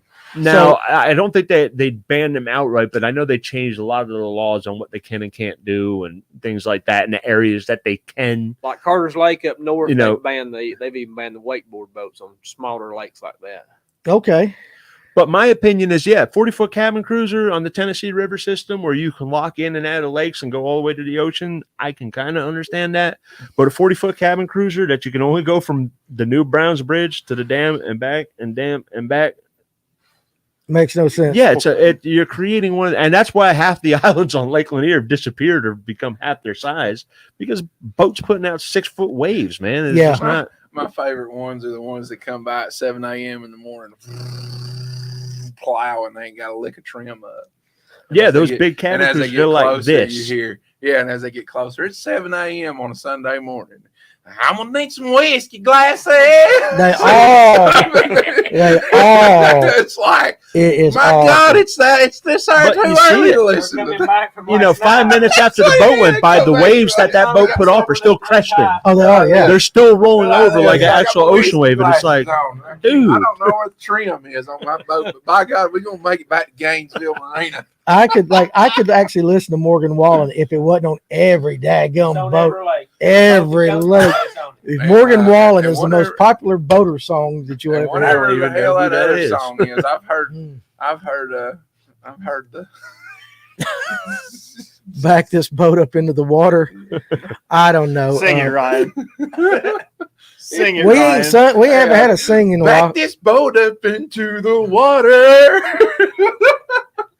That I don't know what it is. I hear whiskey glasses a lot. No, that's the pontoon. You know, reach down deep into the cooler. Don't drink it if the mountains ain't blue. Oh, the pontoon. on the pontoon. Oh, okay, I got that. So, Yeah, hell, there's too. some that run those cabin cruisers out past midnight. I She's get over there. it. She's on front. I She's get like it. this. You're rich. They- You got enough money to buy a $600,000 boat. Get a houseboat. Disposable income. It is disposable income. So You know, FNG karaoke night. We'll get Terry to Let's sing go. some in a second. Terry, we haven't had a song in a while. We used to make our guests I sing. sung a song the other day on my boat. I sung Back in Black. It was very bad. People messaged me and made fun of me for it in my I was video. singing Ghostbusters earlier. Cinderella. Oh, good Lord. So dumb income. Yeah, well, I'm not going to knock a person's income if they got it to buy it. But I ain't but jealous if it's- you're rich. I don't. it is kind of like, and I can get it on the south end of the lake a little bit more, but you see them jokers coming up the Chestatee and all that now. I mean, it's Yeah, like, If there's water, people think there's nothing under it. that's exactly right. They'll go right across them reef That's markers. true. You see water, these boats come and they think there's nothing under it. Yeah. And They they, just drive. They think there's nothing. And I'm like, You know, "You're I fixing find to go myself in 2 saying to foot of water myself with that a cabin lot crew." more lately, like, wow, he's going in between that show marker and that point. Oh my God, oh my God. oh, my we God, do it oh my all the God. time. Like we're waiting to hear it just Yeah. bottom out. And they just blissfully keep on going. Like, Oh, they wait till you're like, hey, I couldn't go over that without bottoming. How the hell did he do it? It's amazing how it happens. But yeah, Yeah. they are. As an angler, we're thinking they're being, totally impolite and all that, but they come by, they don't have a clue in the world. They're just like, how you doing? I started getting mad at the people that we were out there. You can't get mad at them anymore. It just happens so often. I had a pontoon boat come within, and I'm trolling at 0.6 miles per hour. And I mean, they were 40 feet away from me. And I mean, like literally, I can almost tell you that the girl was on Facebook on her phone. That's how close and I was like, and they waved, and I'm like, Yeah. have a good one. Yeah. Nathan, pull up Booter right there at the bottom. If I had cabin crew, Fine. if I had cabin cruiser money, I'd probably have one too. I ain't gonna lie. You know Hey, what? that's cool. I Don't want them on Lake Lanier. Yeah, well, I mean, I get it. And I mean, I'm not, like I said, I'm not gonna knock them, but they do make a very big wake. Huge waves. I've never The The understood. wake boats ain't even comparable to the waves those boats put out. No. Yeah, cabin cruiser on a haunted lake right there. I've never understood the fascination with those guys skiing 5 foot behind it. Wake Yeah. surfing. Yeah, it's wakes. fun. It might be fun, but I just don't get out there on the ocean and do that stuff where stuff can eat you. Salt life, man. Yeah, salt life. Give me another hot take or something. Paul, you got any? All right. Oh, The disrespect uh-oh. of bass fishermen towards other fishermen. One thing that I noticed, I was fishing Russell earlier this year. And I mean, and actually, you remember me putting out that video, don't you, Paul? I believe so. I had guys like I would be picking off, I'm trolling live bait across the tips of Planer points. board, 60. And I mean, I got planer boards out, but I mean, there's a mile of open water off to the right of me. And I have people cutting between me and the point. And I mean, I'm waving at guys and they look right at you and they don't wave. Why do people look Don't down? know you. But I know, but it's a respect thing. I get it. But Well, and that but it seems to be mostly bass fishermen. You wave, they look right at you and they just keep going. And I'm a bass fisherman too, so I'm not, but man, we're all out there trying to have fun and enjoy the same recreation, Right. Why the disrespect? I mean, it's just we're going good on that topic, but I want to hear this hot take real quick. Banjo Minnow is just a nose hooked fluke, and I'll die on that hill.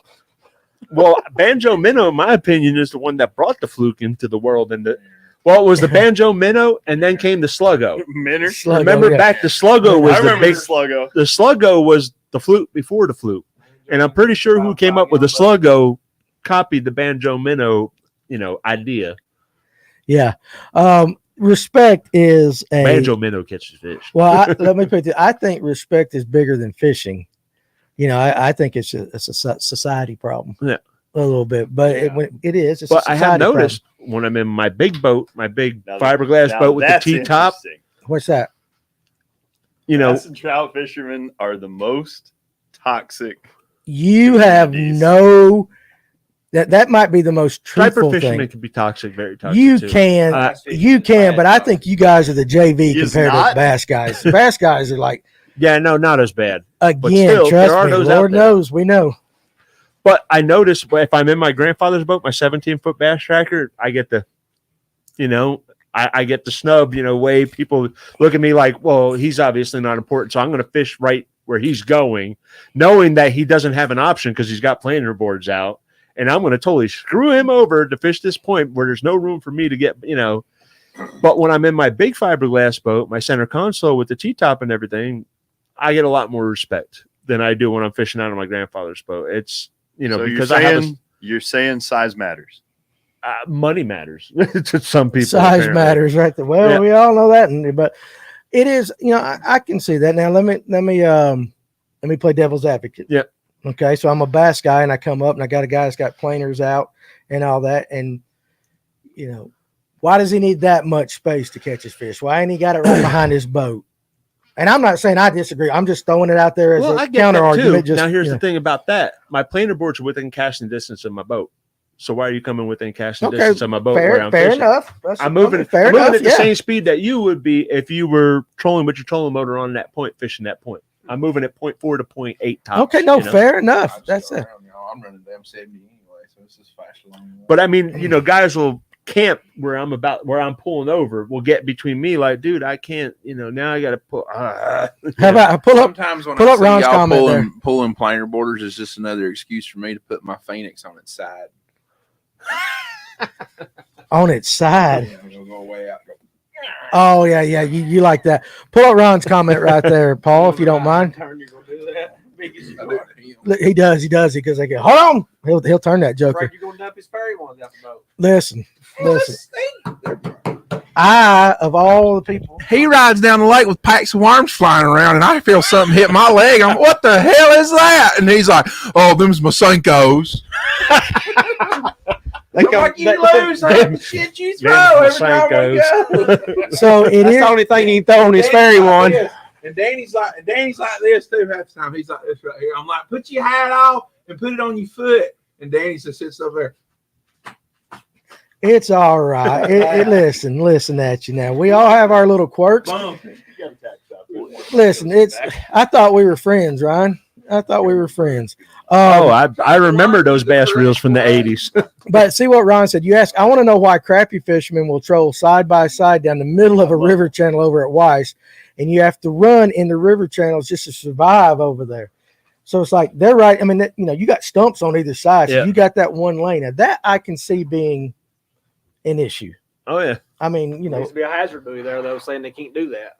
Well, I guess I'm just the jolly old nice striper fisherman. you just listen. You striper guys. I was suck, at Russell and I was pulling planer boards in one of the creek arms at Russell, and I realized when I was halfway back into the creek that I was making bass fishermen dangerously go out of the way to pass me. And if anybody's ever fished Russell, there's Russell's trees, man. Yeah. So I was like, all right, I'm impeding people. This, even though I have a right to fish here, there's a boat ramp at the back end of this creek. It's obviously a well-used creek arm. I packed it up and I left, Right. Even though I was marking fish, I was just like, I don't want to be that guy. Yeah. But I'm very conscious about that etiquette thing. I always have been. That's the way my grandfather raised me. There's no etiquette anymore. No, but it's getting worse every year. And I see things every day. I'm like, 10 years ago, I would have never seen that, So and I Terry, always think I see something that's so egregious, so bad, like, well, that's probably the worst I'm going to see. And then the next week I'm out there fishing like, COVID. wow. COVID. Everything's COVID. Terry, is it like the old saying at the card table? If you don't know who the sucker is, it's you. Yeah. If you're looking around and you don't see that guy, it's you. It might be you. But I mean, we're fishing these 20,000+ acre lakes. There's I brush trust me. piles. It's just frustrating. Oh, he said the word. I heard him say the word. He said brush piles. Brush We're going down the piles. brush pile path now. Well, That's my brush pile. Did you put it in there? I damn right I did. well, unfortunately, some people think That's it's my their waypoint. lake. Yeah. It's their lake, and if you're on their stuff, or if you ain't fishing their way, or you ain't running with their crowd, that's just the way it is on Lake Lanier. And I'm sure it's on other lakes like that, but that's just the way it Lake is. Lanier is definitely the worst, but I did see a lot of bad stuff from bass fishermen at Russell this past year. Yeah. And I was shocked at some of the things that were happening when I was out there that day. And I was like, golly, dude. Like, Yeah. No, I get it. Pull up Michael Temples, please, right there. What about the guys that will pull the trolling motor up and jump to a point when they see you coming that way? yeah. That happens a lot, cutting people off. Yep. Yeah, well, Happens Ryan- a lot Ryan in had striper it- fishing too. You'll be pulling a bank with your planer boards, and you'll see a guy turn up there and turn, and then he's pulling his planer boards to you. Like, dude, come on, man. Yeah. Like I was running this bank. You knew I was fishing this bank, and now we're gonna play chicken with each other. And I try to avoid confrontation. So even though I kind of have my fly planted on that shoreline, now I'm gonna give to you. you got room, buddy? Right. Right. When the fish are over there to fish, it's, I don't know. It's just, This is going to be you can pull up the first Facebook user comment. This is going to be the only comment we have all night on high school fishing. We're not going to go down that We rabbit ain't hole. going down that crowd. Some high school team boat captains do not have lake etiquette 100%.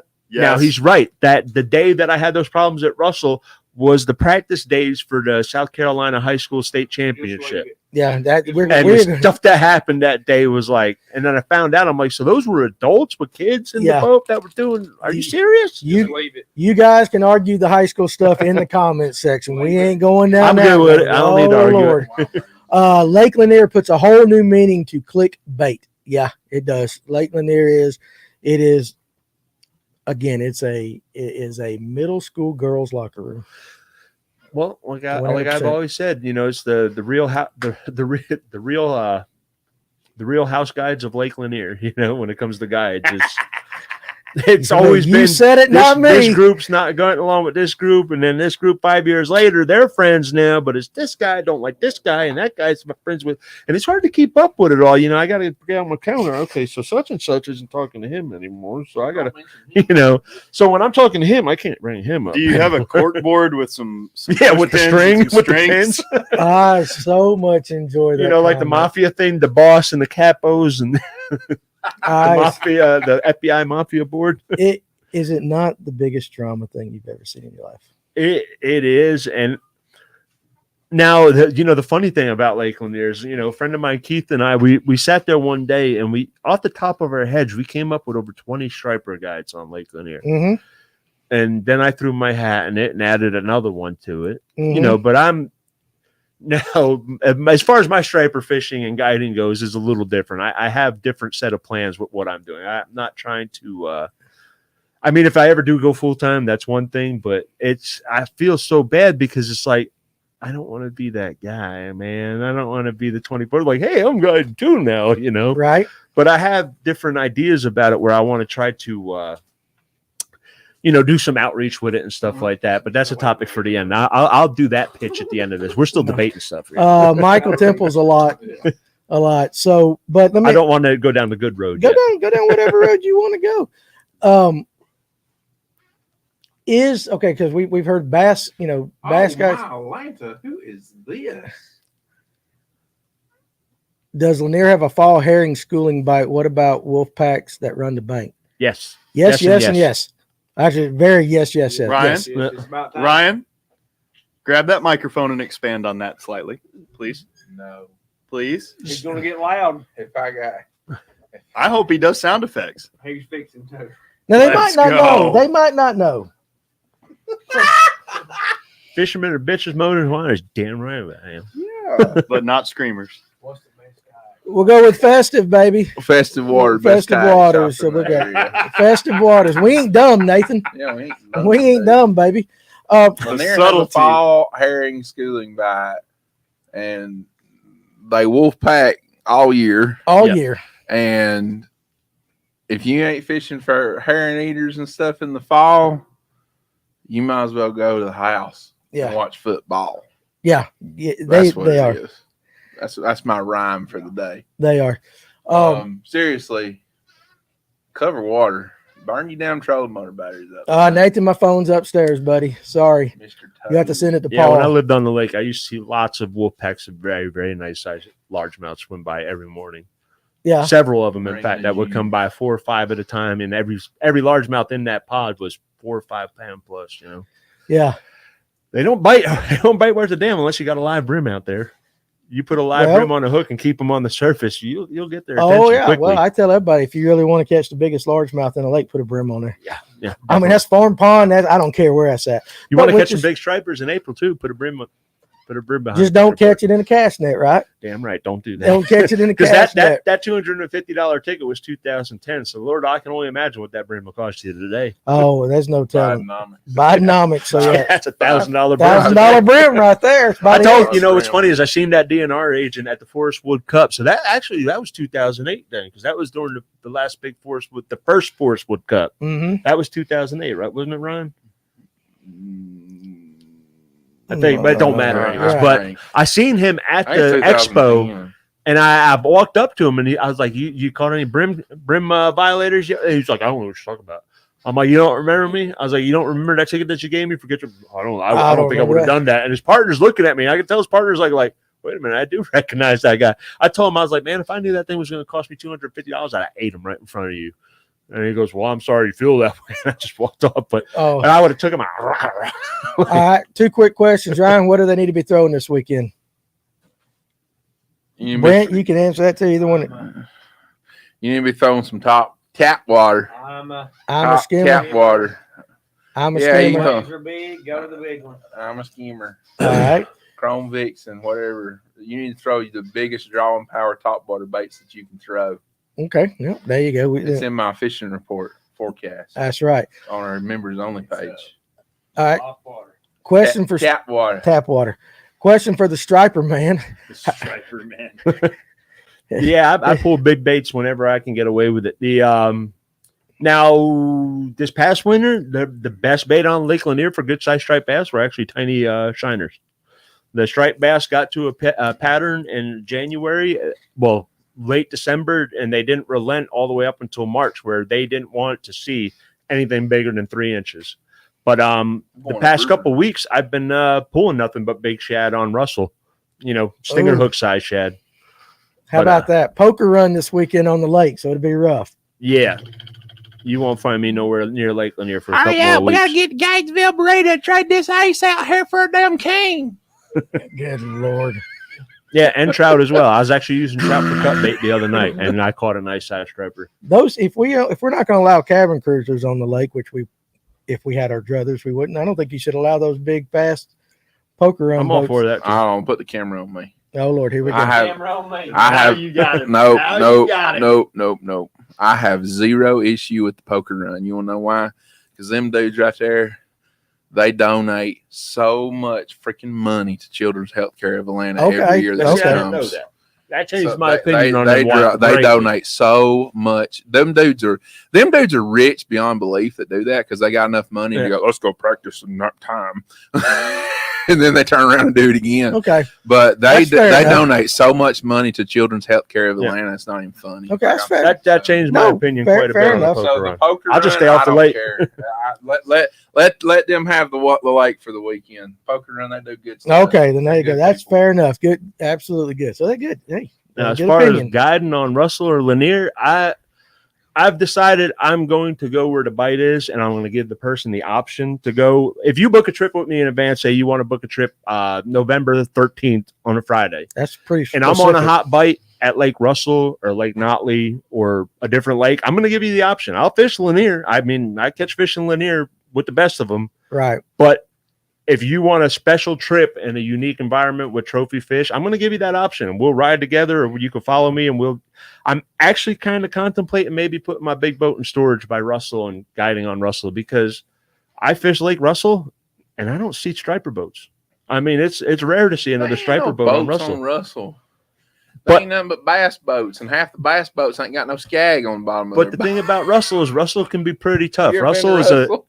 you're either going to catch a few really nice fish or you're going to get your head handed to you on Lake Russell. Okay. And I hear that's the same for bass fishermen too. But so let me ask you this: I'll go where the bite is. I'll say that much. Is Russell is it more drama free than Lanier? I fished Russell. I can't remember how many times, but I see a striper boat every other time I go there. And there's so much room. It's like, hey, how you doing? Like, hey, striper guy, how you doing? Mm-hmm. You know, lots of bass fishermen, but very few people striper fishing it. But it's an intimidating lake, and it's a tough lake to figure out. And trees. I mean, Russell's going to break your heart. You're going to hook big fish in Lake Russell. You're probably not going to get them in the boat, though. Because when you hook that 35-pounder and he runs off 150, 200 feet of line, he ran off 150, 200 feet of line through trees. Right. And Lake Russell is only 30 years old. You know, they filled Lake Russell was finally full in 89. So a lot of those trees have their branches on them. Right. They're not sticks like a lot of Lake Lanier's trees. Like those trees are still, you see them when you go by them on the side imaging. Those oak trees still look like oak trees in the field. Oh, I got you. Okay. So Chris Taylor, no, Russell is more drama. Well, maybe it's just in the bass. As always. Maybe with the bass fishermen. I haven't dealt with it with always the bass guys. So now there is some drama as far as Notley goes with striper guides up there. Oh, okay, all right. But it's a small lake, and there's a few guys up there that depend on it for their livelihood. So they are territorial when it comes to people coming up their lake. Yep. You know, like if I had a customer who wanted to fish and I was on a hot bite up at Notley, I would actually contact one of the guys and explain, like, hey, listen, I'm not trying to guide on your lake, but would you mind if I came up there and ran a trip, you know, or something like that? Or if I would just send them up there. But what's that? Well, you're just trying to be polite. I'm just trying to be polite because I tend to fish a lot and my truck's at boat ramps at night. And I understand. You know, I try to play nice with everybody. So yeah, but I don't always. I'm an opinionated Yankee, but I try to walk the line with people. You know what I mean? And I got it. All right, guys, listen. Hey, we're about an hour and a half in. We still got a little more time. But again, if you've got an opinion that you want us to talk about tonight, you still got time to get it in the comment sections, and we will definitely talk about it. And again, it's whatever. It's open mic. I know we're talking stripers. We're talking a lot of different things, but you know, whatever rabbit hole you guys want to go down, we're ready to play. So I got a gripe. You got a gripe. Ryan's got a gripe. I got a gripe against the striper fishermen. Oh, please do. All right, you ready? Bring it on. All right. Let me get situated. Stop throwing your freaking gizzard shad back in the lake. Why? Huh? Why? I'm curious. Because they're impeding on the shallow bite right now. No, they're messing up the bite right now. They're messing up the bite up in the backs of the pockets. I wish somebody. But the thing is, there ain't nobody pulling shad on Lanier right now. By God, there's a bunch of them. What, the shad? There's gizzard shad this damn big. Yeah, the lake. Well, you know why I think there's a ton of, because we don't have all the big stripers, the 20+ pound stripers that we used to that eat those shad in the shallows now. But I have noticed that the population of gizzard shad on Lanier has taken off.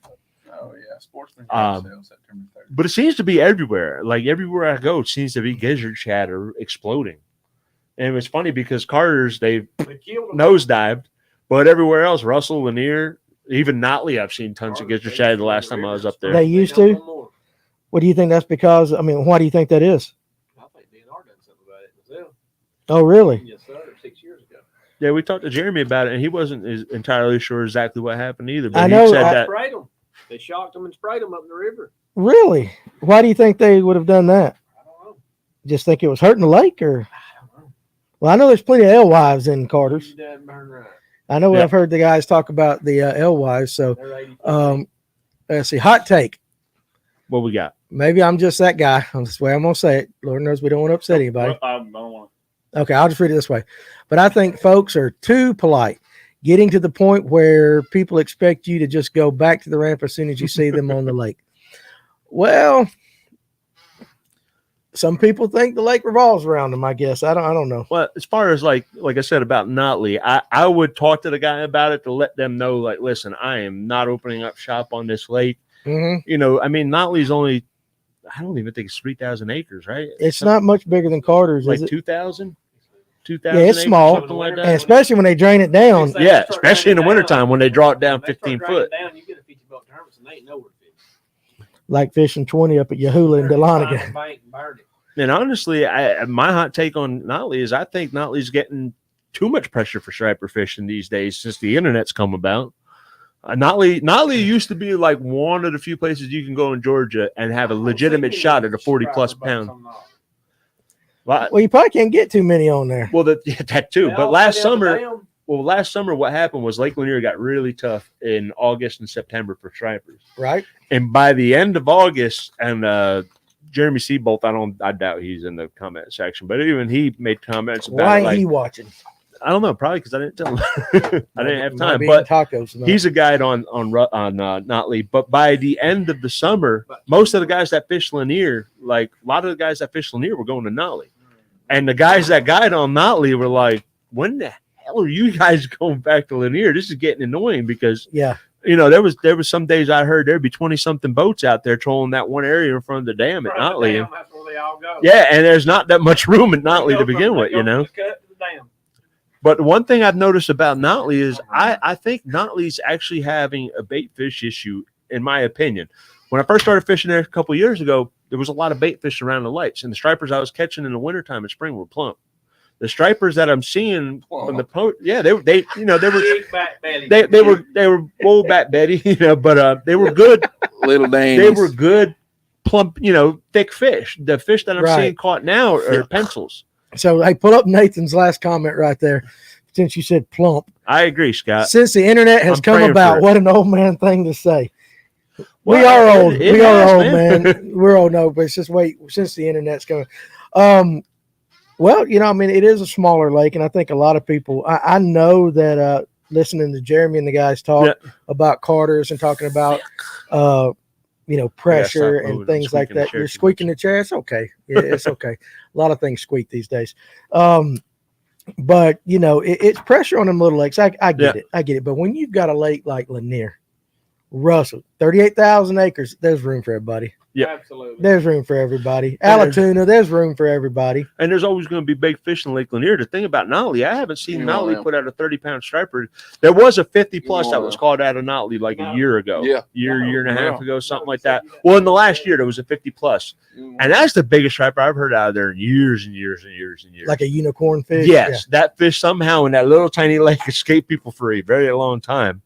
But the thing about Notley's got big largemouth, and the biggest largemouth I've caught in the last 5 years was out of Notley. And I actually goofed up on my camera. I had my camera in time warp mode, so it was in this weird fast forward. And I'm still upset about that. Okay, real quick. We're going to let Jeremiah's question pop in right here. He'd like to know about trolling hard baits through pulling hard trolling plugs.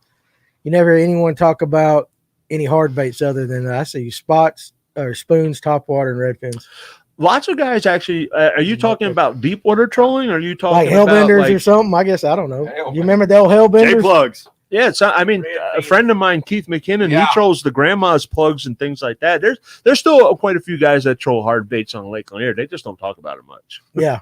So that's my hot take on it. There's some old sharps out there that are still pulling deep diving plugs, but they're just not talking about it. You got a guy to take them. They troll drink baits all day. Troll them? They do, yeah. I think it's okay. Now, Chris does put this thing in, and there was a comment a long time ago at the beginning of the show about A-rigs. Hot take, banning A-rigs. Now, striper guys use, we'll call it the. Let the bass side of the table have this one. Yeah, y'all call it the umbrella rig. Or Captain Mac has the Mini Mac, which is pretty much an A-rig, but with stouter hardware on it for stripers. For stripers. But I mean, listen, what about I'm not so much against the A-rig, but why not? I do kind of look at it like the 5-hook deal, but Tennessee's 3 hooks. You can have 5 baits, but only 3 of them could have hooks in it, as far as I know. That's correct. And I don't know. I don't really have a big opinion on the umbrella rig one way or the other, whether it be Alabama umbrella. Yeah. Is the $10,000 bounty still out? No, they haven't done that in years. For a tag fish, he said. So it's a big tag striper. 50-pound tag striper. Well, it was never going to be a tag striper, but it was a bounty. Local bait shops and a couple like Captain Max and other companies put all the money together to guarantee that if anybody brought a 50-pound striper to the scale on Lake Lanier, there was going to be $10,000 reward for it. Because we were inching during, remember I told you on that one podcast when we had the canary in the coal mine, when Lake Lanier just all of a sudden started producing 40-pound fish left and right. Mm-hmm. Everybody swore we were going to break 50 pounds within the next year or two. And it never happened because when those year class fish died, that was it. That was it. But we got close. There was a lot of 45s, 44s, you know, and I seen a fish out in a certain area. I almost said where it was, but I'm not gonna. That I know was over 50 pounds because I've seen a mount of a fish at Big Fish Outfitters in Tennessee that was, I think, 52 or 53, something like that. And the fish that my brother and I saw that day in that particular area was well over 50 pounds. Really? And that fish was only an inch. You know, that fish was finning the surface as it was following our bait around the boat, and that was our chance at $10,000, and we didn't get it. But yeah, the $10,000 bounty's been done for a while. So we got two different comments on the A rig. So, you know, umbrella rig been around for stripers for a long time, and then bass guys using A rigs can look stupid on the water, slinging a chandelier if they want. And then Jeremiah says absolutely not. The A rig is one of the most fun bass fishing techniques, and it catches monsters. So, but I mean, yeah, I mean, there's no doubt it does can catch fish, but it's whether that thing's about to lay on my boat now through damn March, and it ain't gonna come off. Let's put it this way: when I hit the water, I want to catch fish, and if I think something's going to give me the best chance to catch fish, I'm going to use it. Whether it be live scope, A rig, if I think I can get a tactical advantage to cut down on the amount of time I'm fishing and up the amount of time I'm catching, I'm going to do it outside of doing something illegal. Yeah, pull up Farmer's comment. There are so many things people want banned in the fishing world. When I hear them saying that, I think, oh, okay, so you struggle doing this and you want it banned. I just want the cabin cruisers banned. That's all. Just the cabin cruisers. Just the cabin cruisers. All right, well, let me ask you this. I'll ask this, so it'll be kind of an opinion. If you could ban one thing, and you can use the striper world, you two can be bass world. You could ban one thing about bass fishing or striper fishing. If you could ban one thing, you had the power to ban it. I don't think there's anything in the striper world that I would ban, really. Oh, you got to. If I had to ban one thing, it's because I don't like doing it. Lead core trolling. Lead core trolling. That is the most non-fun way of catching a fish there could be.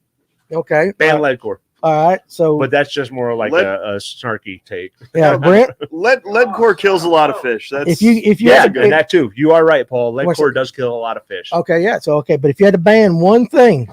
So yeah, ban lead core. One thing in bass fishing, either one of you. Quit yawning, Ryan.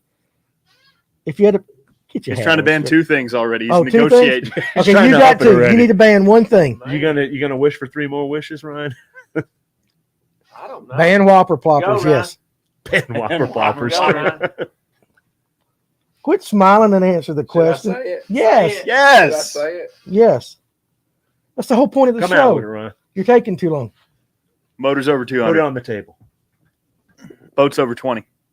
Here we go. You ready? FFS. I'm ready. Yeah. Organized high school fishing. Okay. Ooh, that's a across the bow. Wow. Shots fired. Why, dude? Why, dude? Why? Why did you say that? What was the other one? Yeah, let's see what the other one is. Let's see what the other one is first. If I even want to go down that. Ban horny toads. That was a good one, I think. Is what I'd like to see. I'm not against high school kids fishing. He ain't against it. I think it needs to be like travel ball. It's turned out to be. I think it needs to go. I think it needs to go to be travel ball. I think it needs to look like that. I think it really does. Travel ball sucks too, though. I don't know. I mean, come on, man, drop it. What you got? Into a monster. It really is. It's not that I'm against it. It's just, Brent said it best. It's like that old Eminem song. I created a monster. And because nobody wants to see Shady anymore. Nobody wants to see Marshall anymore. Shady on chopped liver. There you go. I just the argument of daddy's money and all that kind of stuff like that is absolutely ridiculous, because I've got my tail handed to me, out of I run a glitter rocket, and I've got my tail handed to me more times than not out of somebody in Rinky Dink John boat with a little horsepower, 5 horsepower motor on the back of the boat. I mean, I've done some seriously. damage in night tournaments So with a the whole- 16-foot 35 horse. So. Yeah, see, so exactly. I mean, but it just to me, it's Is it too big? I think it's just got too big. You know, when Wyatt and Colby were here doing what they are on the podcast about a month or so ago, after they got third or whatever it was in that national tournament up on Hartwell, when they said there was like supposed to be 340 something boats was what's supposed to be in it, and there was a mess up with the people that got called or something, they ended up being like 400 boats. But it's just like, you know, it's turned into Oprah almost. It's like, you get to fish and you get to fish and you get to fish, you know. But I mean, it's just one of those things. I think that it needs to, you know, not necessarily need to be pre-dead. I mean, I'm not saying like Bass Nation High School Series or TBF or anything needs to go away, but you know, you've got groups of kids in the high school scene that, you know, they're fishing and, you know, they're already doing everything that they can. I got a hot one for you after this. Huh? I got a hot one for you. Well, they're already doing everything that they can to win, and if you fish tournaments and you don't fish to win, then you need to find something else to do. You need to take up golf or something and not fish. But you know, if you're gonna fish tournaments, you need to go out there with the intention to win every time you get out there. It don't always work. I think the mindset behind bass fishing tournaments now has got lost in the fact that you are playing the losingest sport that you can. And I say sport because I mean it's considered a sport now and it's competitive. But you're playing the losingest sport that there is, and there are some guys who are good at it. But if you pay attention to the guys who might be winning right now, they may not be winning 2 years from now. No. You know, I mean, bass fishing is a roller coaster. It's a roller. I mean, you know, you'll go through spells where the damnedest all you can do is catch them 10, 11 pounds. And I've been there. I mean, it's like all I can muster is like 10 pounds, man. And that's all I can do. I don't know what I'm doing wrong. I tell people all the time, KVD only won 2. Yeah. Out of all the Bassmaster Classics he fished, he won 2. Oh, KVD? Yeah. No, dude, he won 4, bro. The classic, yeah, the big one? No, he won 4, dude. It was 4? That's Ryan Taylor. He 4. He won 4. He's 7-time AOY. God. I always swore it was 2. Trust me on that. All right, okay. 4. 4. The greatest ever to do it, and he only got 4. He's the Tom Brady of bass fishing. He's only got 4. How many did he fish? Yeah, I see the point you're making, though. Yeah. You'll lose good friends on the bass fishing. You will lose friends. I've lost friendships, and I've gained new friends over bass fishing. It's crazy, man. I mean, I try to be friends with everybody if I can, but some people just flat out don't like me. You know, and if that's just the way that it is, that's just the way it is. That's the way the world is nowadays. But I mean, I'll do anything I can for you. You know, I'm just like that. You know, but such a great pal. It's just, I don't know. It just the whole world of it. The whole world. I'm just letting him go. My resentment for bass fishing. One of the reasons why I've actually shied away from it in the last few years is because it's become a trend. Yeah. Bass fishing is almost like a fashion trend now. Yeah, it's the cool thing to do for a lot of people, so they're doing it. But they're not. I question the person's passion, the true passion about it. You know, like I don't know. I guess it's weird to say. Like I know, like you said, I have traits about me that people find annoying or dislike. It just is what it is. I have a lot of opinions, but I've been fishing for 40 years. You know, and I've studied fanatically about fishing for 40 years, all different species. Now, like I told you that one day, you put me up against Ryan as far as bass fishing. Ryan knows more than me about bass fishing. Yeah. But as far as overall knowledge base of fishing freshwater, I'm up there with just about anybody, you know. Mm-hmm. And I say that safely because that's look at my DVD stash or my VHS tape stash from the 80s. Showing your age again, and all my M Fisherman's and Bass, BASS magazines and all that. That's what my whole life has been about fishing. My whole identity, my whole entire life has been fishing. You know, right? And I guess I'm in that gatekeeper boomer mode where I look at certain people and I'm like, I question the actual passion. Like, are you doing it? Why are you like doing here? it? Or are you doing it because your buddies are doing it and you think it's cool? You know? Yeah.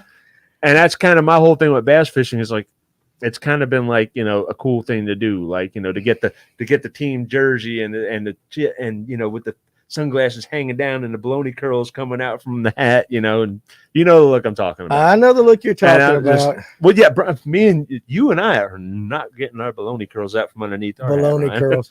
I haven't seen a curl in my hair in 35 years. I see what you're saying. So you're saying though, and it goes. I don't even want to talk high school fishing, but I'll let you take it. It's not even so much the trend. I It's just said what I said to say it, but I steered it. It looks cool to have a nice Ranger, now $127,000 Ranger with the matching truck with this, that, and the big 15-inch graphs, and to go win a $300 club tournament. You know what I mean? It's become a trend and a spendable. It's the same thing with striper fish, man. For the last almost 20 years on Lake Lanier, there's the same core group of guys that I see every year in and out. And then there's the new guys that come in, they went fishing with a buddy. They enjoyed it. Now, I'm not saying they didn't enjoy it. They have expendable income, and then they go head over heels. They dive all the way in. They got all the newest Shimano Dakota line counters, center console, $80,000 boat. 5 years later, the boat's up for sale, and they're moving on to something else. And I don't know. I guess I don't know why. But it seems like a flash in the pan thing to do. It's a trend. Fishing has become a trend, whereas fishing used to be something like you were born into. We talked about that. We talked about it. Yeah, like, kids today did not grow up with a rod in their hand like we did. Yeah, I'm not so much saying it's bothering, but it's like I kind of dislike the direction that's going as far as that, See, y'all are different with what Danny just said, though. So you had someone take you fishing when you was a kid, right? Yes. You had someone take you fishing. You had someone take you fishing. Paul, you had someone take you fishing, Absolutely. Right? I did. You traitor. I didn't. No, he got into it late. No, he got into it late. I got into it really, really late. Yeah. And but none of my family, they don't. But I think that intertwines with the etiquette thing as well. Fishing. The people who grew up doing it, we have the etiquette instilled in us to respect and the distance. What about me, though? But you have it because I think you were raised right. Well, I treat other people. I haven't fished with you, so I can't really speak on that. I treat people like I want to be treated. Now, you did say you would cut a wake on me if you see me pulling planer board, so I might have to question that a little bit. I wide from okay. For an excuse to turn my boat sideways. Scare the hell out of me, yeah. I thought you meant kick the boat sideways and kick out. I'll go the long way around just for an excuse to turn my boat sideways. I get it. My fairy ones, listen at you. Well, that's all Danny has. He has fairy ones. I do have some bait casters. Listen, when you throw a bait, listen. What happens when you throw a bait caster? It's always son of a backlash again. I am a backlashing fool. You could, Danny, you could just put another click on the brake on that bait caster. I could, but what fun would that be? What fun would it be if I wasn't fishing and you hear me back there? Back to the mono, it's cheaper. Sitting in mono, that's right. I'm back there fussing and all that. But you know why? But you know why I think that's relatable? Is because a lot of people that watch us on YouTube, that watch the show we're doing, they're just average, everyday guys who get out there and like to have fun. And we certainly are not pros. We're certainly not experts at everything. And we certainly don't think our don't stink. Yeah. And there's so many people around here that are like that. Well, people want to get the pictures on Instagram and Facebook and YouTube. And they want the clout. The clout. They want the clicks. They want the likes. They want the hearts. Clout. And, well, what they want is they like them, some of them. The clicks and the likes and the clout is, for whatever the reason, they've kind of fallen victim to the notion that is what validates them as an angler. Yeah. And if that's really where you're getting your validation from on the water, you've missed it entirely. Agreed. It is agreed. The point has gone over your head, under your feet, the long way around. And I was that guy for years, where I was after the accolades and the recognition more than enjoying the sport. I got caught up and I want to catch the biggest fish, the most fish, And I didn't realize it at the time that's where my thinking was until I took time back when the drama welled up on some of the fishing forums and blogs that I was posting on years ago, where I was just like, I stepped back and I realized inflating my ego, you know, and Right. And I didn't like the person that I thought I was being fair, but I realized I was out there for the recognition, the clicks, the clout, and stuff like that. And it's like, Isn't it interesting that you can go back to forums 10, 15, 20 years ago, still the same group of characters? Yeah. But I miss the fishing forums. Facebook killed the fishing forums, and I miss the fishing forums. I do miss GON. I met Well, it's so still there, many- just like, nobody I met does it. Paul. That's where I met Paul Yeah. from. Yeah, Was man. GON. Well, that's GON how Brothers Unite. that's how I got into GON electric freshwater only fishing fishing. forever. That's how I got into Jeremiah electric Giles. bass opens. Yeah. You know, I mean, in the forum store, and it can be, but it's just. Some forums still go Well, pretty how about hard, this? but not all Let me of them. rephrase it. You can see the same topics, the same Oh, yeah. drama, the same thing, and it just repeats itself in a different decade and on a different platform. It just repeats. But what I liked about the fishing forums was the what's the word I'm looking for? Connections, making connections with other people. There was a time when I could literally pick just about any state east of the Mississippi, and I had a friend that lived in that state that I met on a catfishing forum or a striper forum that I could have went and visited and spent a weekend with or spent a week with. And Facebook killed all that. You know what I mean? And I still like a good 100 of people on my Facebook friends list are people that I met on forums years ago that I still stay in touch with. And I can say a good 20 of them to this day. I can still call up and say, "Hey, brother, you know, you got a spot for me? I'll drag the boat. We'll come fishing for the weekend." Well, yeah, come on, Jersey Cat. You know, Yeah. But I missed that unity, that community that we had on the fishing forums back in the day. Facebook has just become an anonymous, you know. Excuse my French, people. I try not to curse these days, but shit posting. You know, people just like to dog everybody else. Yeah. And I mean, I see like, you know the post I'm talking about. You know, got this 5.5 pounder today, like, like before or after you shoved the weights down its throat. You know, and I want to comment so bad on some of that stuff, but it's just I keep scrolling. Yeah. You know, but then you see other people dog people out. You know, I mean, I overestimate stripers all the time. I caught a striper the other day in my boat in my video where I'm like, that's a solid 20 pounder. After I let it go, I'm like, that's probably more like 17 actually. Right. You know, but Right. you know, people just look for any opportunity to dog somebody now, and that didn't happen in the forums because you get booted out of the forums if you did that. You know, You do. at least that the forum was well moderated and didn't have the buddy group where certain people got away with stuff and others didn't. Yeah. GON can still be very clicky. That's the reason why I stopped going on GON, because I was getting strikes and I was getting censored for stuff that other people were doing. And I'm like, wait a minute. I was like, and some people were just like, well, he's just doing this. And I had one guy, well, you're there advertising. I'm like, advertising for what? Oh yeah, we can't post about this on there. Yeah. I tried it and they took it off every time because we're promoting But they let certain people post and advertise all they wanted. You know, I mean, it's okay. It is their thing. All right, guys, we're getting close to the end. So if you got any more opinions, now's the time to really throw them out Now's there. the time for the one that's going to take us like another hour. Yeah, well, listen. Someone's going to find a Last real time I pro. did a 3 hour when we got in a little trouble. So I don't know now if we real wanna do quick, that. I have this is my shameless thing for the guiding thing. I've been several people have asked about the guiding thing. I had announced that I was guiding back in June or late June, because I bought a boat. No, it was Memorial Day weekend. I bought the boat. So after that, I announced I was guiding, and then people didn't see me guiding. I turned people down after that because I wasn't spending enough time on the water to faithfully take people's money. You know, I'm not a crook. I don't want to take $450 from somebody to bring them out there for 6 hours and catch 2 stripers. That's just not. I have income. I make money. I'm not guiding because I want the money. I'm guiding for many different things. To help promote the YouTube, let the YouTube promote the guiding thing. And I want to book trips. For every 5 trips I book, I want to take out a wounded warrior or a kid with health issues, kids who are terminal, stuff like that.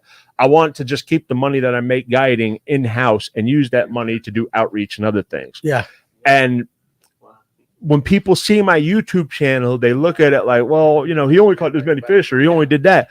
My YouTube videos are me just out there goofing off, having a good time and putting it on camera. I'm not 100% serious in my YouTube videos. That's just me having a good time or trying a new spot or a secret hunch or something, or an idea that I had, you know, where I leave in the things. And it's usually out of my grandfather's boat that travels at a whopping 24 miles per hour. Right. So, yeah, I might only catch 3 or 4 fish in some of those videos. It's because I didn't feel like running to another area. I have a boat that I can use to run to different areas now Right. at 40 plus miles an hour. The guiding is a whole nother level. That's YouTube and guiding are 2 different things. What you see on YouTube is me goofing off and me being a guide. If I'm answering my phone and saying yes to a guide trip, is because I'm confident I could put you on fish. Right. Okay. If I'm not confident I could put you on more than a handful of fish, I'm not going to take your money because I don't need guiding. Doesn't put food in my mouth. Yeah. I got plan you. to use the guiding. I have a bigger plans for guiding. Some fun things as far as contests go, outreach, helping people, advertising through other things. There's a whole plan I have. Yeah. And you're going to see it happen eventually. Pull up Jeremiah's comment, not the last one, that one. I'm not going to say a word. Terry, I want you to read that out loud because you guys have no idea how truthful this comment is. Oh, absolutely. I see people that I'm looking at the picture, and I've seen fish that look small. Read it though. Now read right there. Jeremiah's comment. Read it. Measure taping on people. No. You're on the wrong one. We right, pulled up under your picture right there. Under hooch? No. I wanted the other one. That one. Okay, so see, look right under you. Yeah. So look under yourself on the camera. Read that right there in the comment. Yeah, the crazy part. Yeah, as you can post a fish. Yeah, absolutely. Read it out loud. I want everybody to hear it, not out of my mouth. The crazy part is you can post a fish on the scale with the measuring tape and all, and people will still either make something up or look for something else to act crazy about. And that's absolutely true. Yeah, it's jealousy. That's what it is. I got this. It's what? Wait, it's what? Jealousy. Okay. Go ahead, Paul. 8-pound spotted bass. All right. Those of you that remember will remember. Now, hold on. I'm going to throw this one at Paul. Paul, I showed you a picture earlier this year of a 7-pound spotted bass that I caught. I only showed you that picture and you only because I know people are going to look at that fish and say there's no way in hell that fish weighs 7 pounds. When you look at that picture, do you think that fish weighed 7 pounds? I don't remember what I told you. I told you it was a hell of a fish, but it wasn't. But you're like, no, I would. It look wasn't at that. all guts. Like it was a long fish. Yeah, and it was curled up in the picture, but I had it on a IGFA certified boga grip. It was a 7-pound spotted bass out of Lake Lanier. But the fish don't look a pound over 4. I mean, it looks like a 4.5-pound spot. There's nothing special about that picture, and it bothers me to this day because my brother was a striper fisherman. He didn't care about bass. I got him like, dude, this is something special. And he's like, dude, throw it back. I'm like, we got to get a picture of it. He's like, dude, I don't want to take it back. Man, come on. He's like, there you go. I'm like, you're such an ass. Right. And I threw it back and I look at the picture later. I'm like, oh, that's such a disrespectful picture of that fish, Yeah. It was a giant, massive spotted bass. And I have one horrible picture of it. And I don't show anybody because I don't feel like dealing with the ridicule about it. Yeah. But I know that fish weighs 7 pounds. I seen it. I seen the hashtag on the marker. You don't. Well, that's because you're 8'2" and big fish look like they're small compared to you. After about the third or fourth person that told me that that fish was not that big, I quit taking pictures. So. Well, I just post nice fish, even if I don't agree with the weight or I think the weight's fudged. I won't even post a good bag of fish if I catch like a winning bag of fish. I won't even take a picture of it and post it. I've gotten I think real I like good watching since I started up the YouTube thing of just scrolling. yeah. Well, a lot of people can't. So Kevin Thornton, don't let them take the fellowship out of fishing. And for the most plus part, Ryan, you're going to make a big fish look for the small. most part, You're a we big try dude. not to. Absolutely, we definitely try not to. But it is increasingly harder in this day and age to not get around those that want to do that. Those that want, but Jeremiah's comment said it all. Jeremiah's comment said it all like that. And that goes in all aspects of fishing. Yeah. All aspects of fishing, the fishing business, it goes into all aspects of that. So, all right, guys. Especially trying to become a guide too, and get my foot into the guiding world. It's just not something you want to take part in. You're going to divide people. So even if I got a comment or I got a hot take on something outside of this group right here, I just keep it moving. I know. So anyway, you guys got anything else? No, we're good. You good, Paul? You good? Yes, spotted bass do taste good. Do what? Monterey make a motion we close the Georgia Bass Camp, Fish North Georgia Bass Camp. All those, yeah. You made a I'll second second motion. You second motion. Let it be known by saying aye. Aye. Aye. Those who oppose certainly would not be. Certainly would not be right That's there. unanimous. That's unanimous. All right, guys. So we're going to do this. Hey, listen. Take us home, Danny. Another great episode tonight on the Live Well. Again, we appreciate those of you that commented tonight to help make the conversation flow. Terry, Brent, we appreciate you guys coming up with me, Ryan, and Paul. And as always, we hope that this was something that you enjoyed. Again, we try to be a platform for everybody. We gave people the opportunity to come up and speak. Did people knock Michael Temples' fish he caught the other day? No, Michael Temple's caught a 10 plus. And No, I don't know, but he's been making some comments. Was people knocking him? I don't know, but I hope not because I know Michael. So, Hold on. If you knock, hold on. Yeah, I need to drop a shameless plug before I run too. If you knock the fish that Michael caught the other day, you're an idiot. Yeah, it was Shame solid on to me. You need to go golfing. well, Sell me your damn rods and everything. You need to quit fishing. yeah, Because Michael's you're a an good dude. idiot. He's a good dude. All right, I Shane. said what I said. Yeah, you got a shameless plug. All right, and for me, my shameless plug is Jersey Cats Fishing Adventures at youtube.com. Yeah, YouTube, we all know where that's at. Striper fishing, bass fishing, cat fishing, I do it all, and I do it everywhere. And for the guiding, Big Fish Inc., but there is a possibility I might go to work for one of the bigger name guides on Lake Lanier, but for the time being, it's going to be Big Fish Inc., and it's in my videos on my channel. You'll see the banners and all that stuff. But if you want to book a trip, go to my YouTube channel. You'll see the banner and the name. What's that? You mean you don't want sling metal no more? Sling metal? Yeah. What's that? You don't want sling metal no more? Oh, be a machinist? Yeah. I like being a machinist, but I don't like working for somebody else anymore. Amen. But yeah, so Jersey Cats Fishing Adventure, Big Fish Incorporated. You can find me on Facebook, Terrence O'Shaughnessy, and all the booking information's there. And I'm on a pretty good bite right now, and things are only going to get better. And yeah, I'm going to be chasing for them all over Georgia. So if you want to catch fish just about anywhere, give me a holler. Okay, well there you go. So we got all the plugs in. Brent, you got a plug? No, I'm good. You good? All right. So anyway, well, we're gonna end it with that again. Yeah, next week. Kevin yeah, Unders. Kevin The Underspin. duck lipper. Oh, I hate that. Actually, so no, Kevin Underwood with lip sticker. Kevin I always Underspin. mess it up. I That's always good. call him Kevin Millwood, but Kevin will be on with Ryan. I'm going to be headed out to Michigan for a couple weeks He to catches 'em. film. Oh, he does what? He catches. He catches them. catches them. Kevin catches them. He catches them. Kevin catches And them. then- heard about and that. then- I ain't heard about Kevin catching And then fish. one of my dearest and closest friends who I actually like share a lot of information, tournament fishing information while we're on the water together.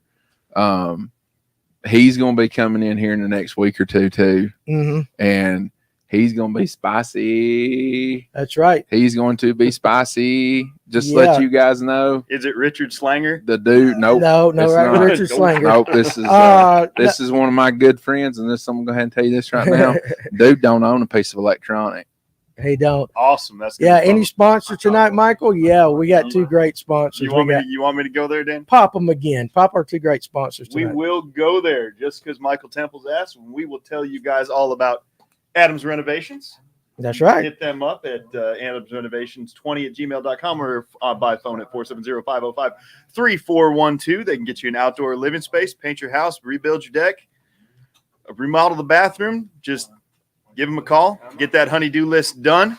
Everything but the spiral staircase, Adams Renovations. And, of course, our new friends at Festive Water Paddle Sports, North Georgia's newest paddle sports destination, Highway 369, just up from the 369 bridge on Lake Lanier.